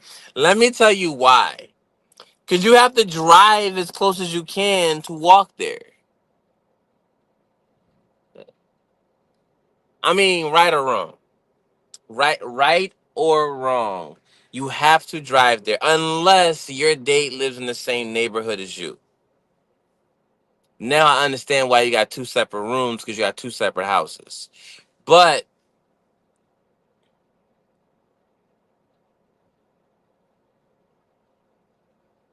question, how far is the park?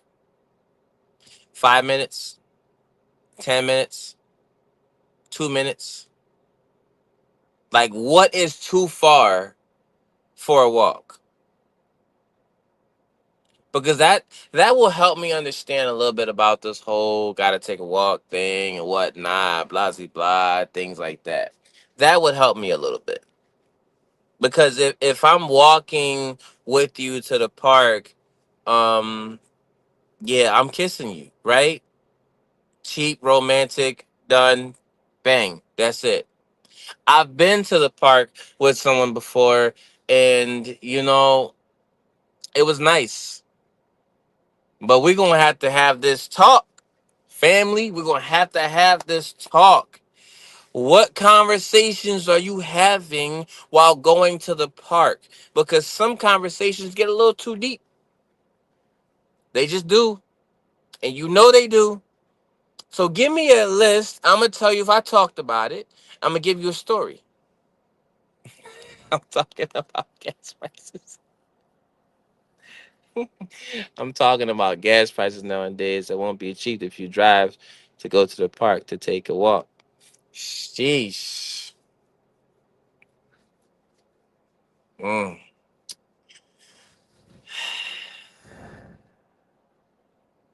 Now, let me ask: is it cute to go on the scooter? You know those motor scooter, those motor scooter things, because I've seen a couple downtown in the Gateway, and they were young, obviously, and they were having a good time on the scooter, and they were going, and they shared it, and then their other, they were in a group date, and they were all on there and things like that. If the conversation is good, then you won't even feel like you've walked a lot. I have, the person that I went to the arcade with, we actually used to walk around a lot as kids. So like I've developed a infinite bond to this individual, and we would walk for like 5 minutes, and then 3 hours would go by. You know, but right or wrong, it's not good to drop. It's not good to talk about everything on that moment. We should really take it in bullet points. Like if I tell you I like to play basketball, and then I also like to play tennis. I also like to play football, and I really got into lacrosse at some point. Which of these conversations are you going to indulge in with me? Because I don't want to talk about all of them.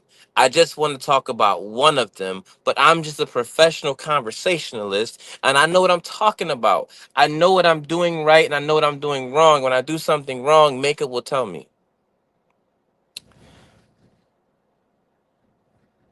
Show that on stage. Give that some shine.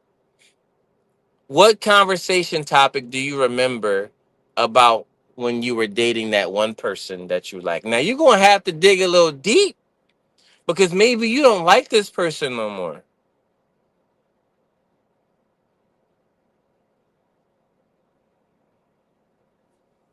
Let's see, talking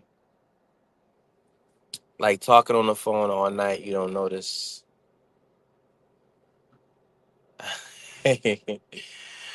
uh, you know, I honestly don't know. I feel like you wouldn't have trouble finding something to talk about. You believe it or not, I do. I do actually, and it's not that I don't.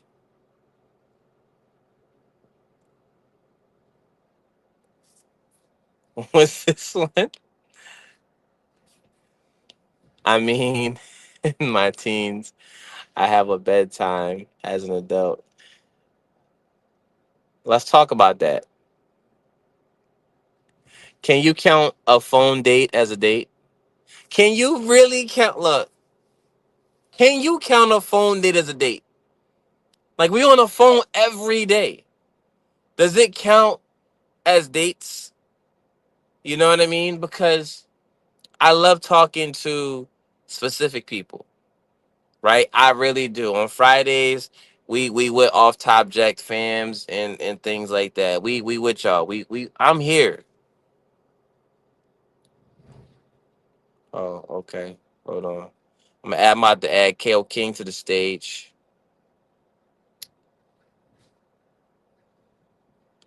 Let's see if his camera is right.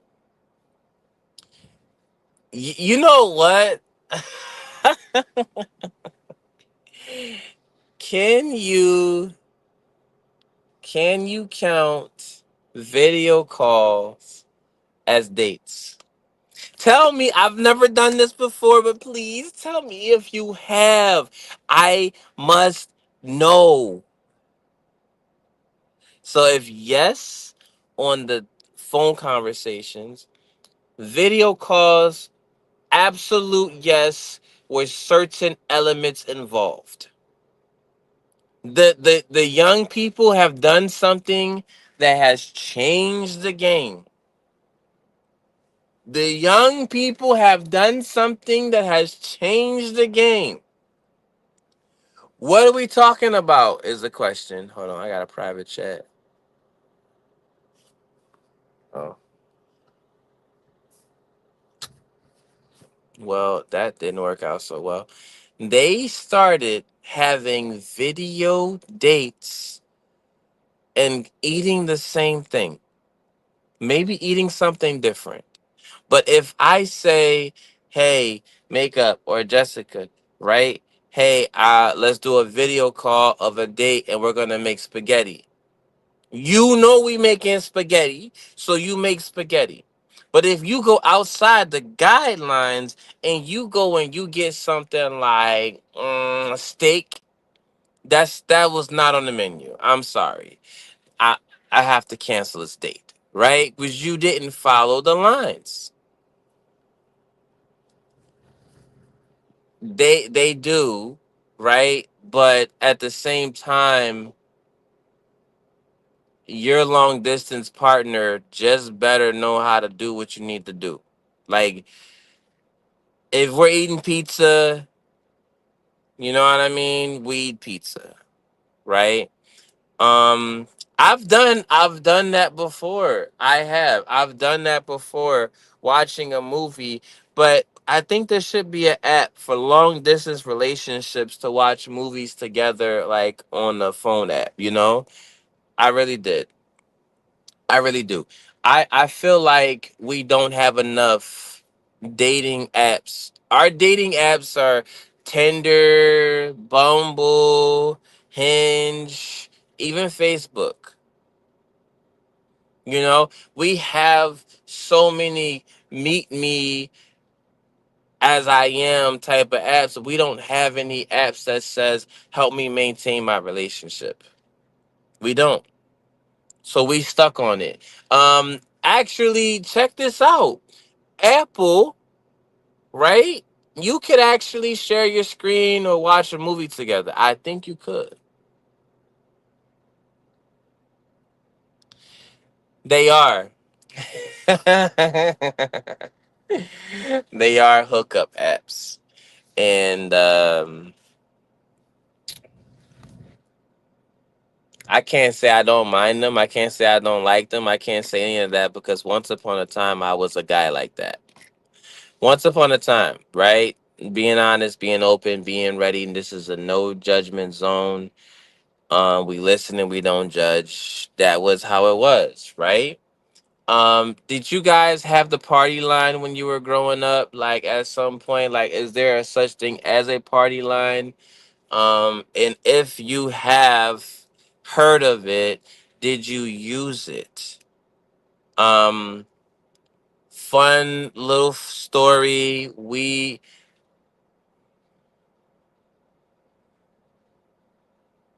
That's not true. That's not true. I think that people don't know how to talk to each other.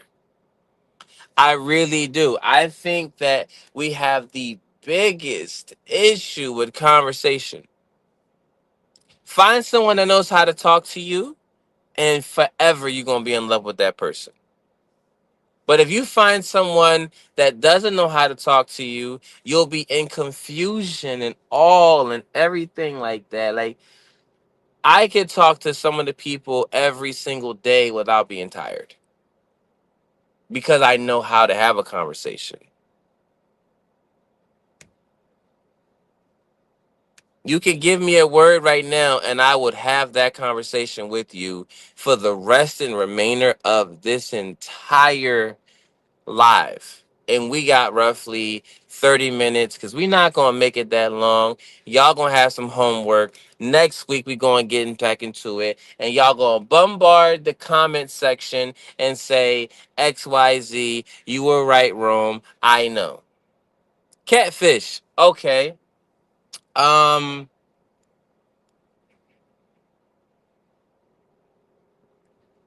First question is, have you ever been catfished? Like, that's the first question. And we just gonna go with yes and no. See that birthday rap thing? That's a dating thing, makeup. That's a dating thing right now. Um, have I been catfish? Have I? Have I? Have I? No, I have never. But I know a friend that has. And long story short, she did not look like Beyonce, right? Um, yeah. Yeah, that's that part. But like when you go out and you play play the dating game.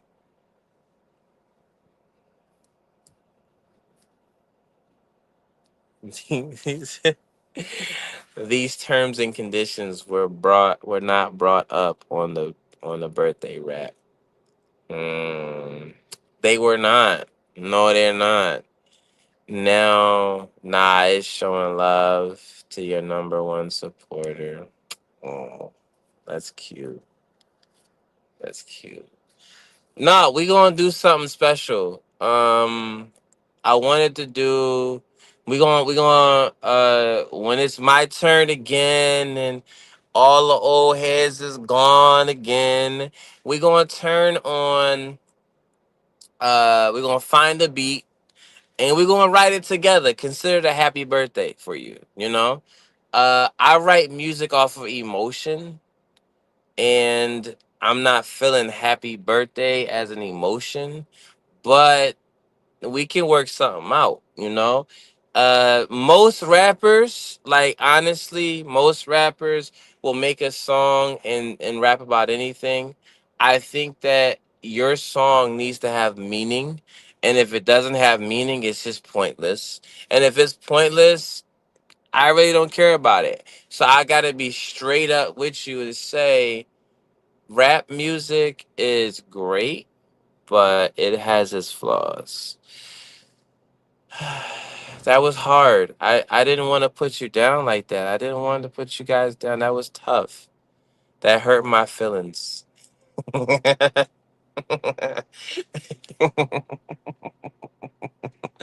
Look, it really did. It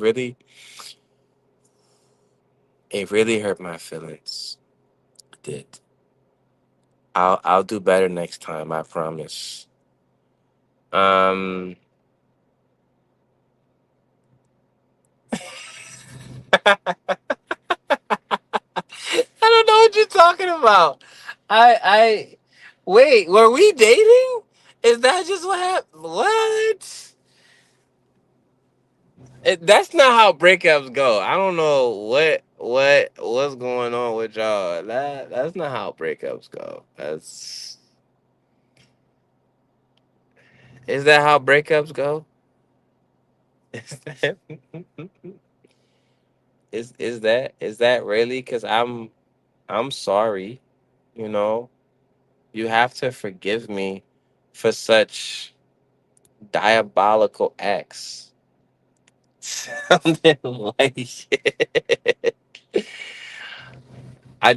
Forgive me for being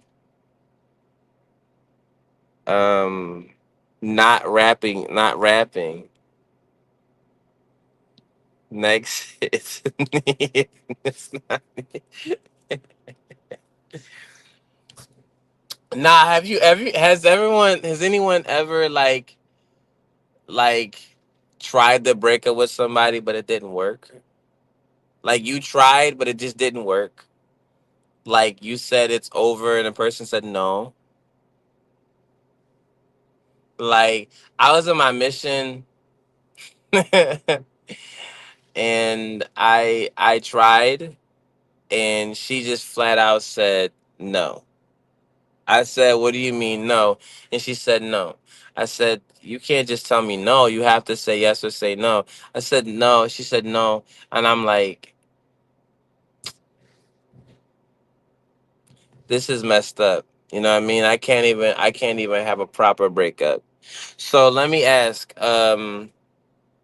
breakups are hard for sure.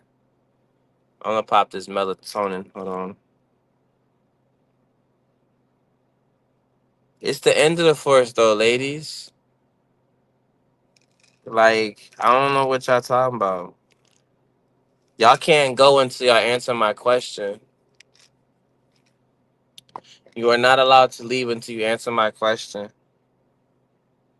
Do you want to know what my question is? It's a simple one. I promise. It's a simple one. You just got to say yes, and then I'll ask you. No? Dang. All right.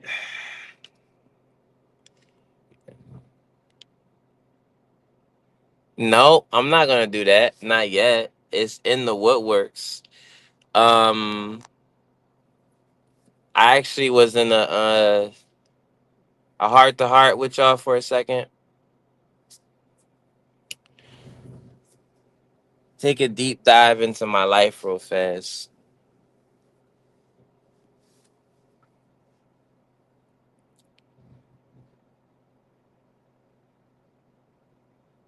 I honestly don't know what to do next, but I'm excited about the next set of events.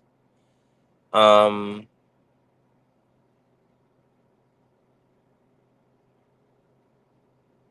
I have a book that had just been released into Amazon, and I want to make the best life I can for whomever I marry. So my mind and my attention has been focused on working so much. This tea time about to get real deep, and I know exactly who that person is. Isn't that crazy? I know exactly who that person is. You probably wondering who is she? I'm not gonna tell you. I know exactly who that person is. I want to make my life so good and prepared to be around this person. Does that sound crazy? So when it comes down to everything I'm doing, there's a reason, right? So I work about 75 hours a week sometimes, 80 hours a week. But I'm going to get there though. Nah, this one ain't imaginary makeup. You know how when you were a teenage boy, you talk about your girlfriend? uh, she is wow. You no, don't say it like that. I can't blush. Like, hold on. Give me a second. Give me a second. I need to.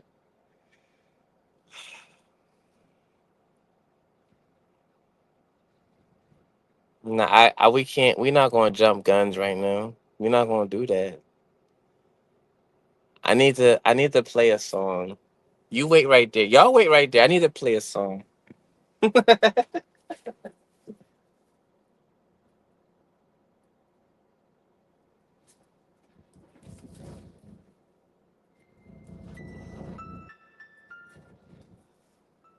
Hold on. I gotta play a song. You think so? That's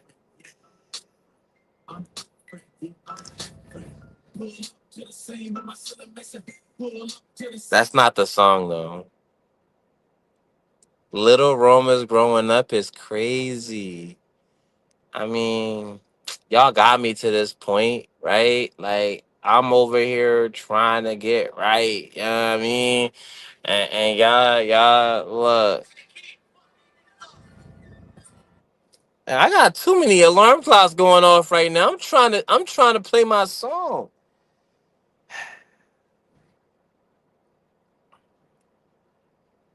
Y'all trying to vibe out with me real quick. I just need this one little vibe, right? Just this one little vibe. Like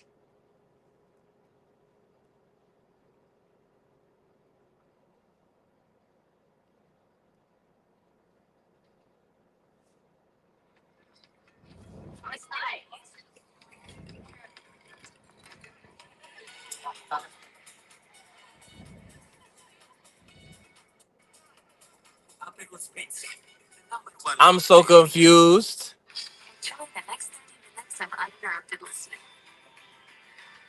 Let's vibe out real quick. Y'all ready for this? That's not the song. I'm sorry. We better be the first ones invited.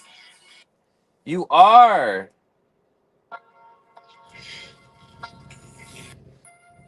Haha. Hold on. Let's vibe out real quick. Y'all know this song? When I'm alone in my room, sometimes I stare at the wall, and in the back of my mind, I hear my conscience call, telling me I need a girl who's as sweet as a dove. For the first time in my life, I say I need love. There I was, giggling about the games that I had played with many hearts, and I'm not saying no names. Then the thought occurred, teardrops made my... Y'all know that song? Y'all know that song? I mean, it was like 30 seconds of what it was supposed to be. And um, can you see my eyes sparkle though?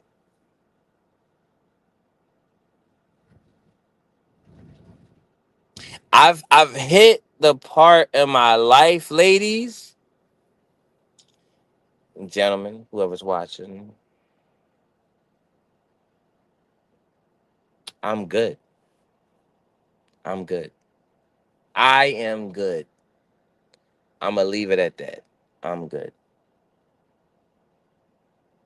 Y'all gonna see where this boat goes. No more dad bods for Rome. I'm gonna look like a god, a Greek god. But when it comes down to the end of this, the imaginary girl, it's not so imaginary anymore. She's real. So I don't I don't have kids yet. I did dream about having a daughter though. I did. That was on the list. That's on the list. I mean, I just want to have a baby with a beautiful woman. That's all. I do have my specs, you know what I mean, of how I see her, obviously, right? Like I know exactly what I'm looking for, and it's all about the face.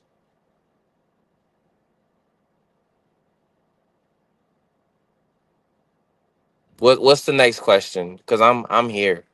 You know what I mean? I'm answering questions right now. This is that questionnaire. Fire them. Wrap it. Wrap it. Do I like toilet paper? Of course. Charms. Ultra. Easy. Done. You know what I mean? When COVID was hitting, everybody was taking all the cheap stuff. I went for the expensive things. That's how that works. When's the wedding? Don't know yet. I don't know yet. I got a lot of stuff to do. I got things to do in Houston. I got things to do. Don't go for the looks though. She's pretty. First off, she's pretty. Show her? Nah, not gonna do that. Right? I got other stuff I could do first. Um,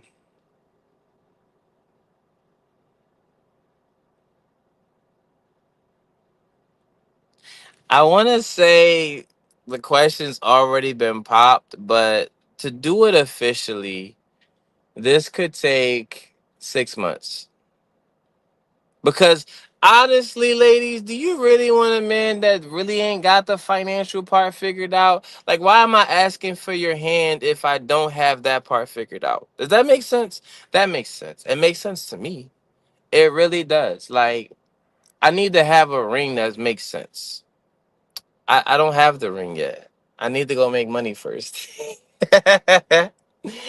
Look, if I had a ring, it'd probably be like a one of them little candy wrappers.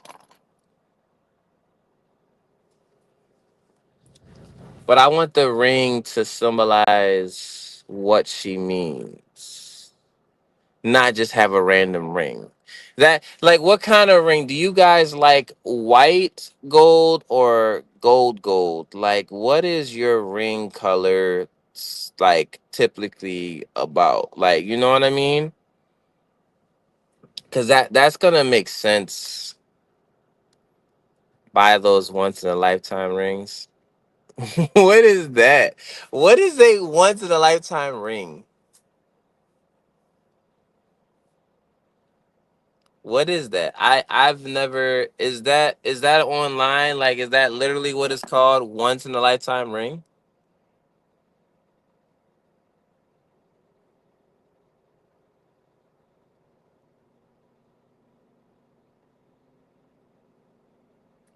Dairy rings.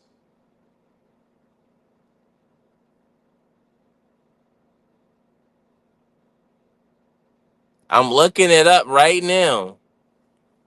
It does, but it doesn't. Unless you're a millionaire already. I don't think anyone will be fully financially ready. You're right. Not everyone can be fully financially ready, but you can be close. I'm liking the way they look. I'm gonna take a look into those. You could. You really could. But when you deserve the world, it should come with the ring itself sometimes. And yeah, I could build up with you and I want to. Don't get me wrong. But let me ask, would you rather have your honeymoon be at in California on the beach or you actually going to like Italy or Bora Bora, you know, some of the places that are kind of nice, like Jamaica itself, the Bahamas. You know what I mean? You don't want to just drive to Mexico just because. I honestly don't think that that's what you're looking for. You want a nice, sacred getaway that makes sense to you, not that. My answer at 18 will be different than my answer in my 30s. So what's the 18-year-old answer and what's the 30-year-old answer? That's what I want to know. Start with the 18 and give me why, and then give me a 30 and then give me why. Because I feel like at 30 and 18 it's the same. 18 is Vegas. I understand why. That makes sense. That I'm gonna accept that. I'm running with that because I have had a Vegas wedding before. And it was at the Elvis Chapel. The dude sounded just like Elvis. That don't mean you can't take him somewhere and be like, look, I'm gonna go get married.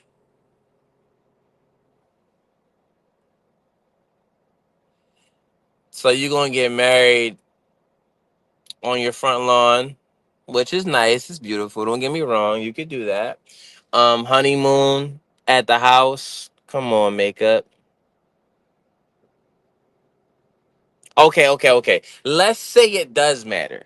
Let's just throw it out there. Let's just say it does matter and you want to go to a particular place and you want to dream. Right? I think that dreaming is very, very important. Um I love the idea of going to Italy and going to the beach in Sicily. I know that rhymed, but that was not how I meant to be. But I want to go to Sicily and go to the beach And I love that idea of it. And experiencing that with my forever partner, like you're right, forever partner. That's how I see it. Um, Having children, yes, you have children. That's fine. You know what I mean?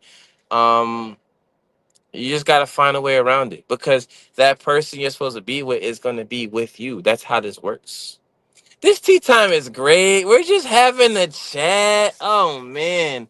What is next? Like, okay, at 30, where are we going? Where are we going in our 30s?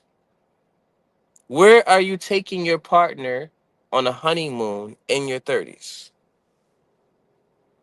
In makeup, you have to make a decision. You can't just say it doesn't matter. That's the easy way out. We're not taking the easy way out. You are off subject family, and we don't do that here. So at 18, I'm gonna go with Vegas just because it makes sense.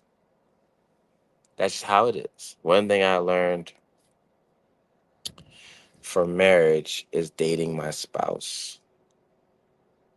That's true. You got to go on dates, like every now and then go out to places to eat and have a good time. You know what I mean? I think that having a good time is very, very important. Um,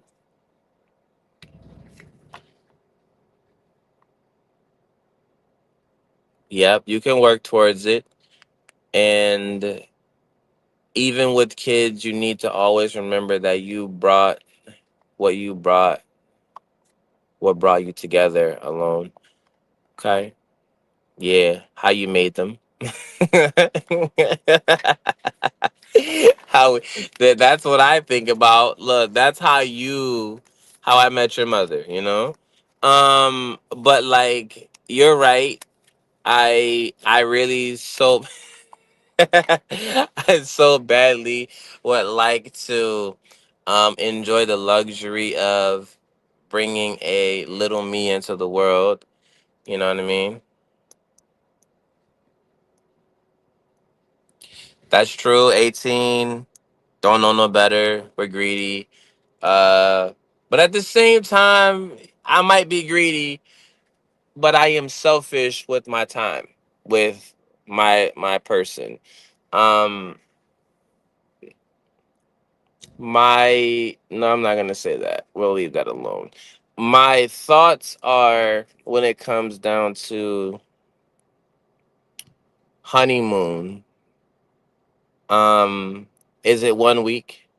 Is it 2 weeks? Is it 3 weeks? Is it a month?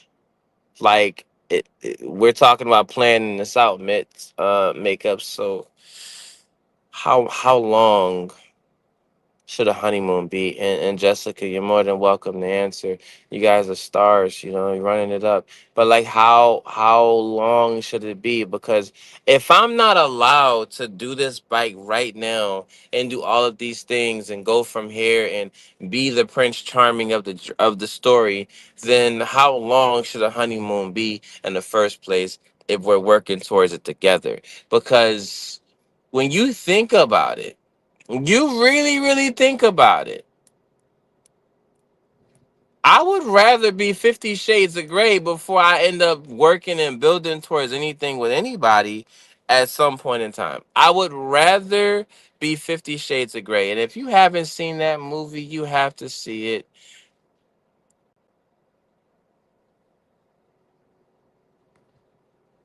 1 year, man, you got to have money for that.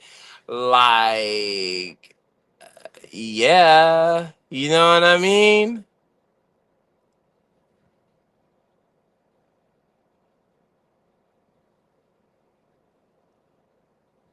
So you guys have never thought about being a princess? Just saying. Like you never, like even in your 30s, you never thought you could be swept off your feet.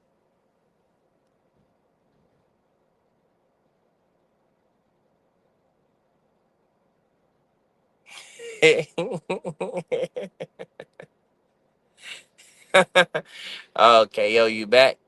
We about to end, bro. We about to end, bro. I gotta go think about my life and my priorities according to what Makeup said. I gotta be realistic.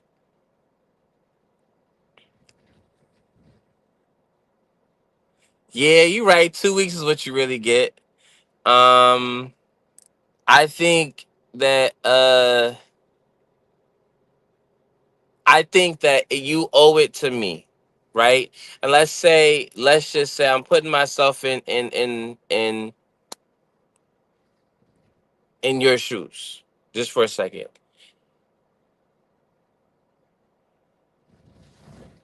I've been I've been married for 15 years. I happy for dating.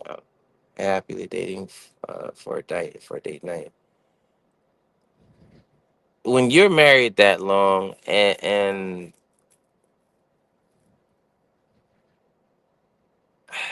when you're married for that long, you have to find ways to love your partner. Don't make it difficult, people. Make it simple. Make it simple. It might be a favorite dish or something like that. You know what I mean? It might be a favorite dish or something like that.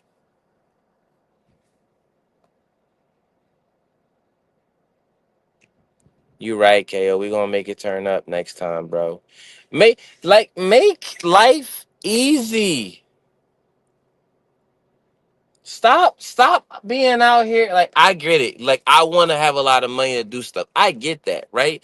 That makes sense. But like, people out here trying to make things complicated. A perfect date to me is you take, yeah, of course, taking the walk. But first, feed me lasagna. Take me outside. Yes, I like Garfield. That's how life works. Anyway, take me outside. Walk with me. Tell me what you like about me, right? I know I'm the guy. That's just what it is. But the thing is I'm okay with you taking recognition. A man that has been least recognized and the woman that feels the most broken that has fixed herself will find themselves in a great relationship. Night this really close knit. Like, it's everything that everybody ever like dreams of, and you're the perfect relationship on the planet. Like, if we approach an argument, let's approach it like we're in court. What did you do? What did you do? What did you not do? What's the verdict? All right, done. We move on. That's how that works. Nobody is supposed to be suffering from anything that they done wrong, right? A man that is in his 30s, if he hasn't grown up by now in 2025, maybe you could teach him. Maybe you can't. Maybe you should. Maybe you shouldn't. I don't know. That's not up to me because I feel like I can treat my girl with respect. You feel me? Because I'm honest, I'm open, I'm ready to go. Right? And don't you love it though? Don't you love it though? Um, no matter how old you are, you can find love. No matter how old you are. I mean, I was eating, but like, they don't got food over here. I actually ate food before I got on online, and I needed to get in the zone.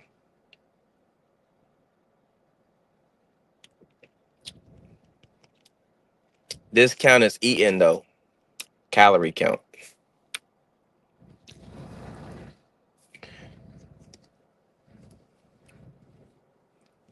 My favorite line to starve.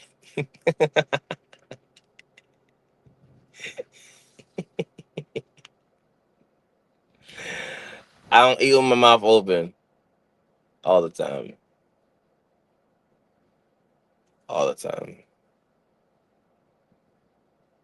Hey, in the starving world, liquid counts as a good meal because what do you need to survive?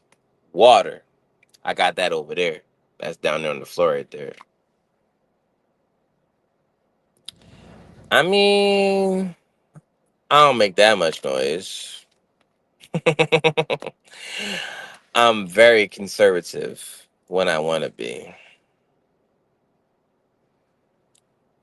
Why are you guys making me the victim? When did I become the victim? When did this happen? In what perfect world do I say you're right? But you know what? You're right. You're right. My soda getting flat. That's true.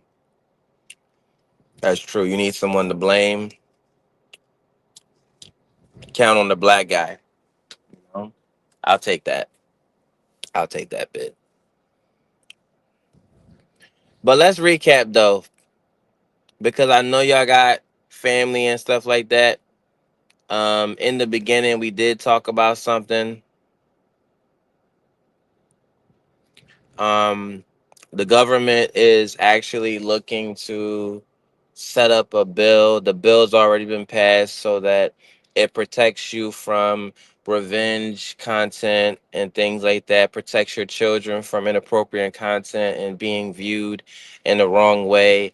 I want to, really extend my condolences for individuals that have been victimized, right? Or victims of a situation. And when it comes down to life in general, it's not fair, but it happens.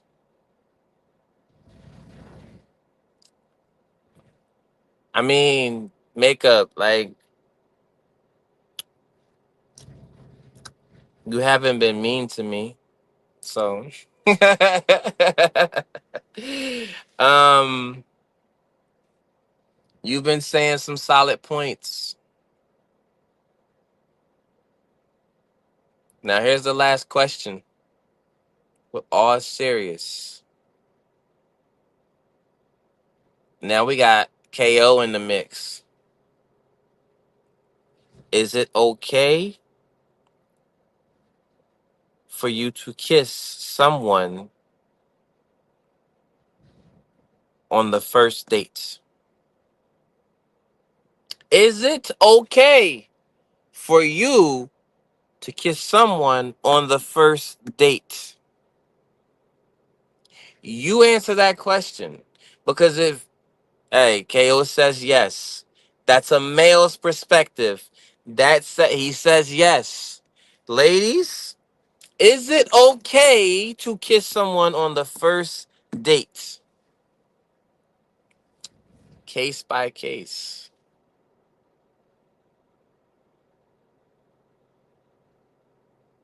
What does that mean? What does that mean? As long as she's okay with it. She better be like, all right, so read the room. Read the room. In the 30s, like, you know what I mean? In your 30s, like, teenagers going to kiss on the first date either way. Like, that's how that works. It's a thing to do, it's an activity. But when you're older, it's a little different.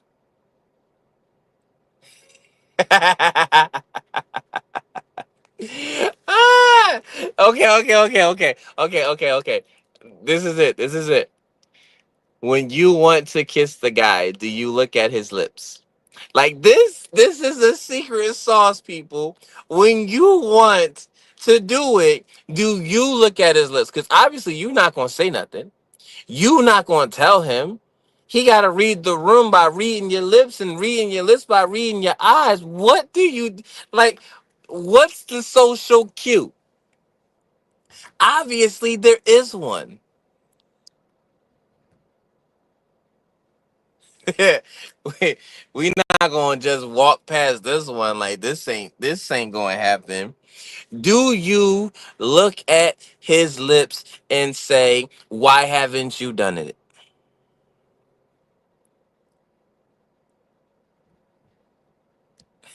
Look at Imagine looking at the lips just wiggling. we compli we complicated it. We can't. What I can I say? So that's a yes. That's a yes. That's low key. It has to be a yes. Now, I have you been on a date with a guy? Ko, don't answer this question. Have you been on a date with a guy and you gave him the cues, but he didn't do it?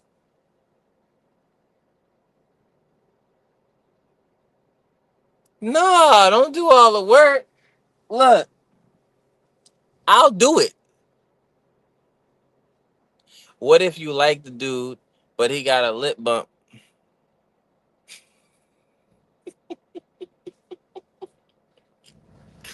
You shouldn't be on the date with a lip bump.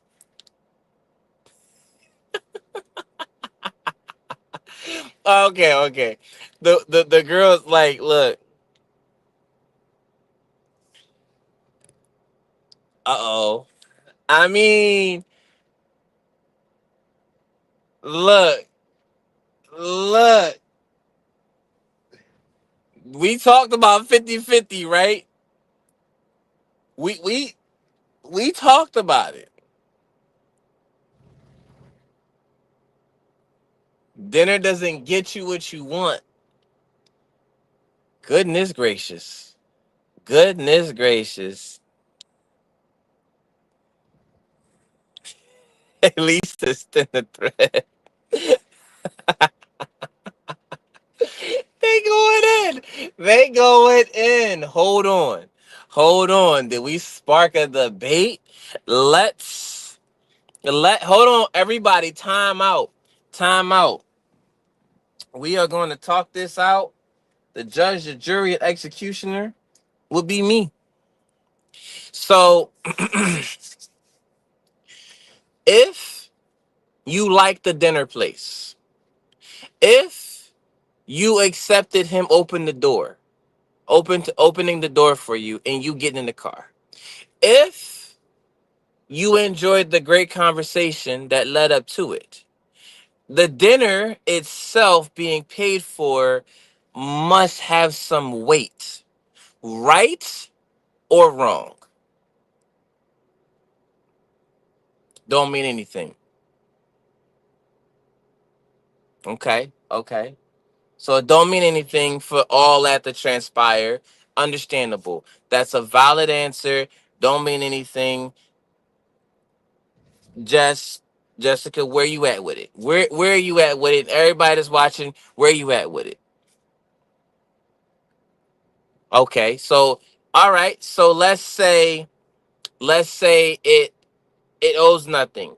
So what classifies the date to be a good date if the date didn't mean anything? Because now we're at a point where we have to agree to disagree.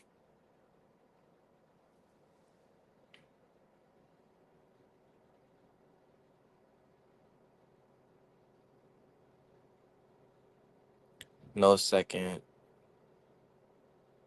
Ah. So if the kiss doesn't happen when you want it to happen, you trying to look at it and be like, you know what? He didn't take his opportunity. He didn't reach for the stars when I gave him the rocket ship. Like he didn't do it. So why would I give him a second date? The date was nice, don't get me wrong, but why would I do it? Is that what you're saying? Like cuz I feel like um it could be a little mixed communicated when it comes down to what intimacy actually gets out of the scenario when it comes down to being outside of the person. Um, I do know that most women want to feel safe, right? So feeling safe is a really, really, really, really, really deep key when it comes down to actually obtaining what we call as the kiss. And if a woman doesn't feel safe, she might be a little more defensive. What is the defense mechanism? Do you shorten up every single answer to all the conversation that you have? Like, for example, what do you do for a living? And you just say something really quick, like, I work at a bank. And it's vague. You know what I mean?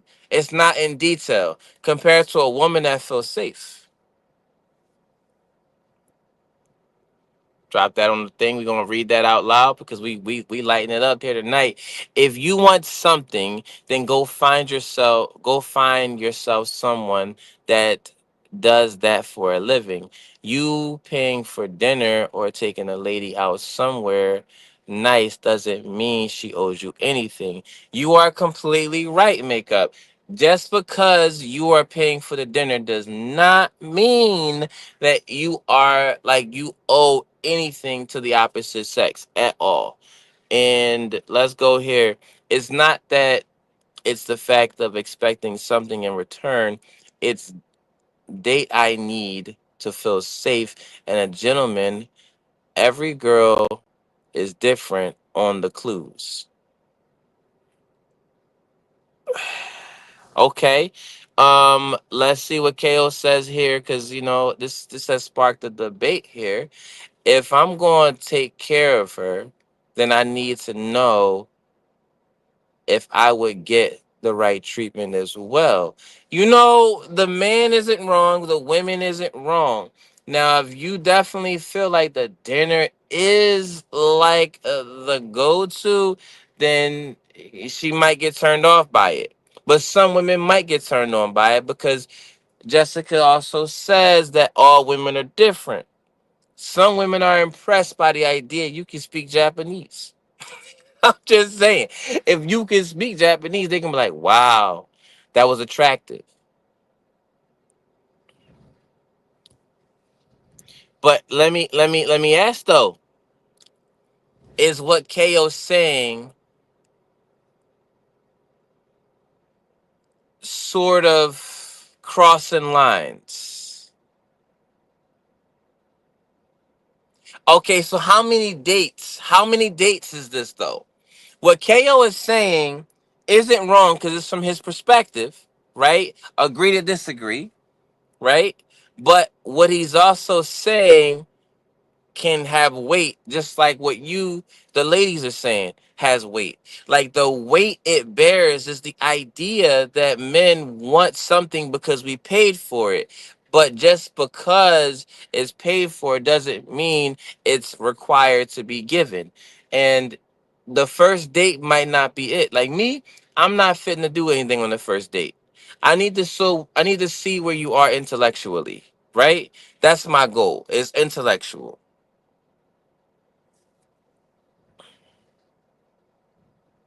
That may be true. It takes one date to see if you all in with it. It may be true, but it also could depend on who it is as well, right? I really do. I think that this also depends on who it is, how you attracted the person, because some people, we don't necessarily like to spend more than 48 hours on the topic. We'll go and do something else. But to some women, it might be the same thing. I don't agree with that. I don't get to know a person after one date. No, it does not. So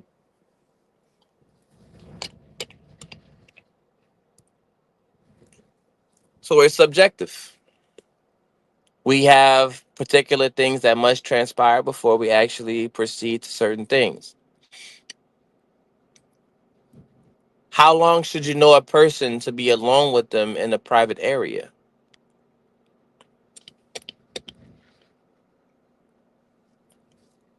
Some men might say that it could be one date.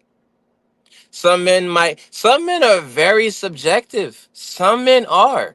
They don't want you touch them that way. But we're talking about the new generation. Millennials are a little different. Let me read this down the line here. A person can be nervous on the first date, have their guard up, and you can judge on one date alone. She kind of got you there, KO, a little bit. You can't judge on one date, right? Um, Let's go and see what this says. For a person that knows what he or she is looking for, then they will say they will yes, but if they don't, no, then no luck. I mean, that's true. Like, what is the purpose of the date? Like, where are you going with it? Because you need to go somewhere with it. You need to. Are you dating for marriage? Or you're dating for open? I think that's like a category thing now. I don't know, but people can be fake. I'm not gonna say that because that's something that I would probably have said without thinking. Trying to look good and act one way, but later on shows true colors. That is so true. That's true. Like right now, you do good. You know what I mean? Like right now, you do good, but later on, it's not the same. It's not the way it's supposed to be.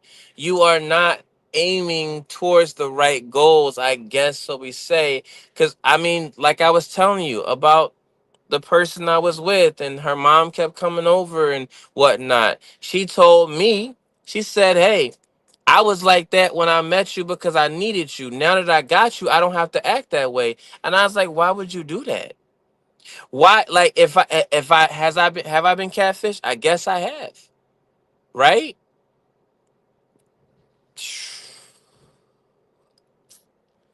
We gotta look at the divorce rates when it comes down to regions like America and things like that. You know what I mean? Because we want what we want. You know what I mean? And because we want what we want, we're not going to let up. We're going to keep fighting for what we want. We want to throw out statistics. Now, y'all believe that? I mean, because look, I want to say I do, but I can't be biased.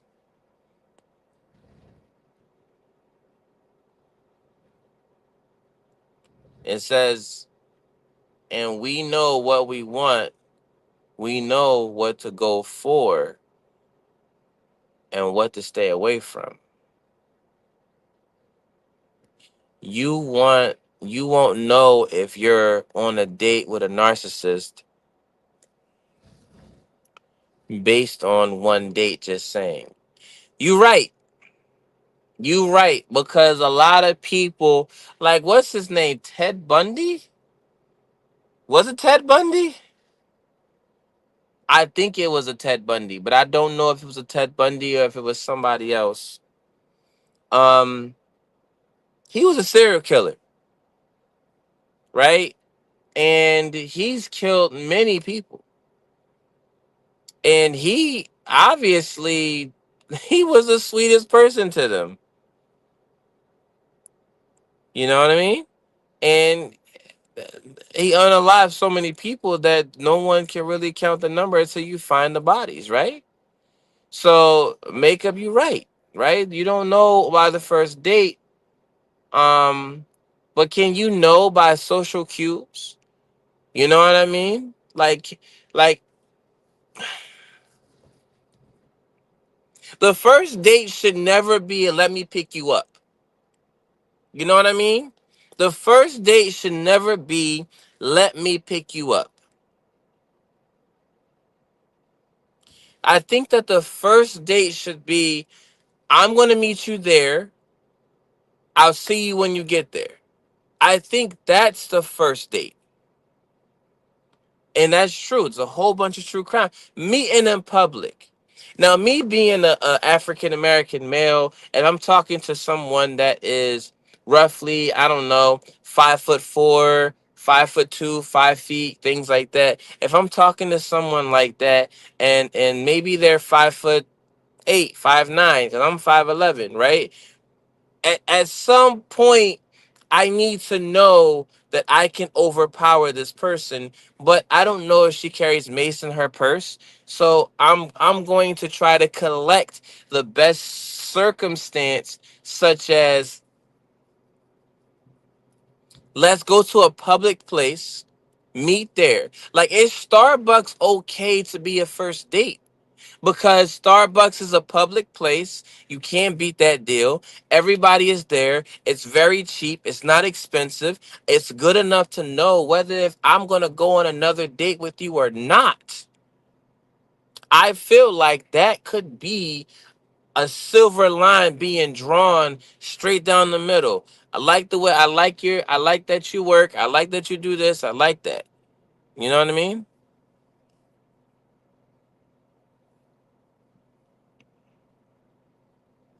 That's true. I mean, everyone's nervous to meet Rome. Yeah, I mean, I'm just saying. I'm just saying. Hold on, let me fix myself here. But I'm not gonna boast myself up. You know what I mean? Not gonna do that. But I really do think that we need to draw guidelines.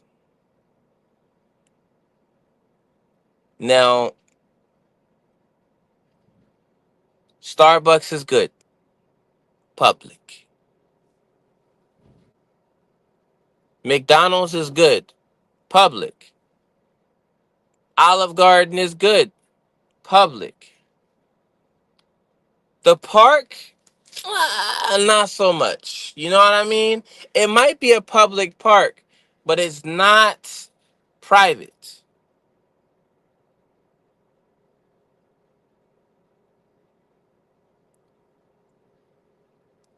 Confidence is key. That's true. You got to be confident for sure if you're going to go out with someone. That's what happens, you know. Um, I'm never really shy, so to say, but I think that being shy is a wall that you put up. And maybe some men don't like confidence as well. So maybe you put the shy up as a cute. And when the shy is up as a cute, it's good for you because you get to gauge the person and how he acts, you know? But I don't think that it's necessarily just being confident, right? I think that it's more based off of when you're ready, you're ready. You can't just be unready. You got to be ready to go out and chase the world the best way possible. Um that was a decent conversation, kids. I feel good about it. I feel good. I feel like we can find some pointers. I feel like we can get somewhere. I feel like we can grow. I feel like we can do a lot better. Like, I mean, tonight was mainly just about bringing to light that we need to be very careful about what we put on the internet. That's first things first. Because if you're going to date someone, check their Instagram, check what's going on, right? You can tell a lot about a person by how they set their Instagram up or what they do, what they post, how often they post, or if they're doing all these things. You could tell. There's a lot of people that's not interested in social media at all, but they're pretty individuals and they should be on Instagram all the time. There's a lot of people that play sports, but they don't necessarily want to be outside in public. They're just terrible, like awkward, socially awkward. You know what I mean? There's a lot of people like that. You can't fake it till you make it when you try to find love. It just doesn't work that way. But like the other point is the idea that going on a date requires effort, energy, and time. You can't just do all this, that, and the third. Like, it's not how that works. Now, women and men have their things. You know what I mean? So be safe. Just be safe. Stop making yourself what it is. I appreciate the participation today. I don't have any prizes or gifts, but I will say I'm gonna read this comment, and if you guys have anything else to comment and have a comment war, we will have that for the next 5 seconds, give or take, depending on how fast you go. It says much women I see will post pics showing off body parts, not being nervous, but going on a first date being nervous. He not lying.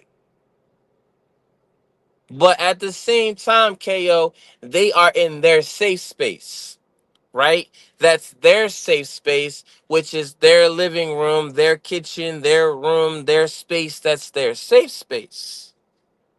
But when it comes down to being outside, it's not the safe space because you got a barrel with danger.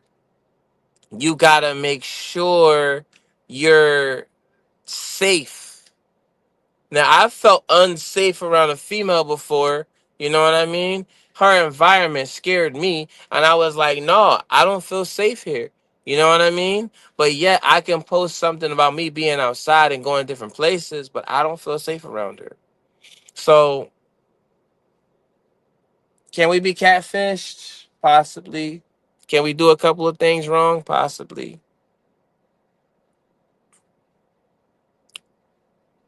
Gonna keep the PG with the comments, but let's just see what this is.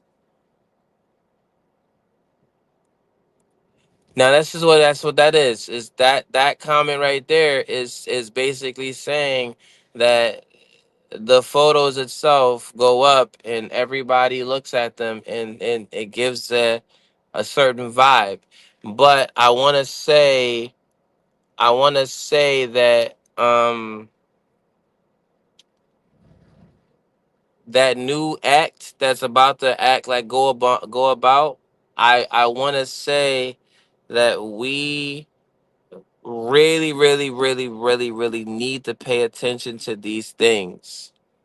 The government doesn't care how many people you're dating, but they do care about what you put up on the internet because everyone is watching us do all these things. And these photos and things like that and whatnot, this is from a male's perspective, but not the only male in the world. So take it for a grain of salt and really just put everything together.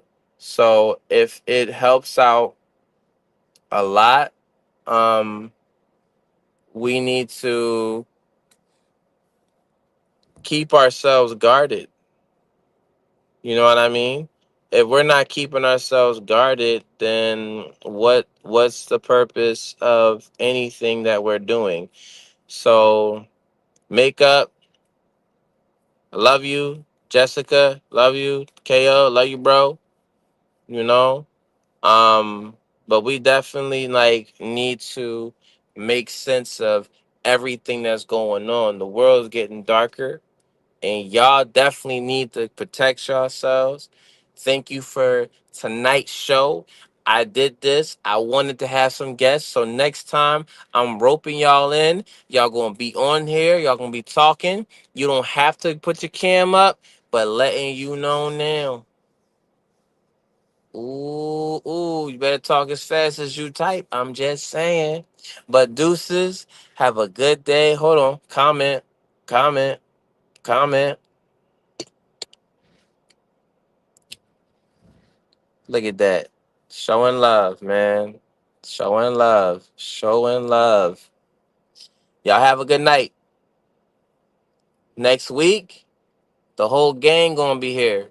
And we gonna have a guest up probably. So be ready for it. Be ready for anything. Thank you for being part of Off Topject, where everything is on Topject at the same time. Off Topject. We don't know what we're doing, but I appreciate y'all.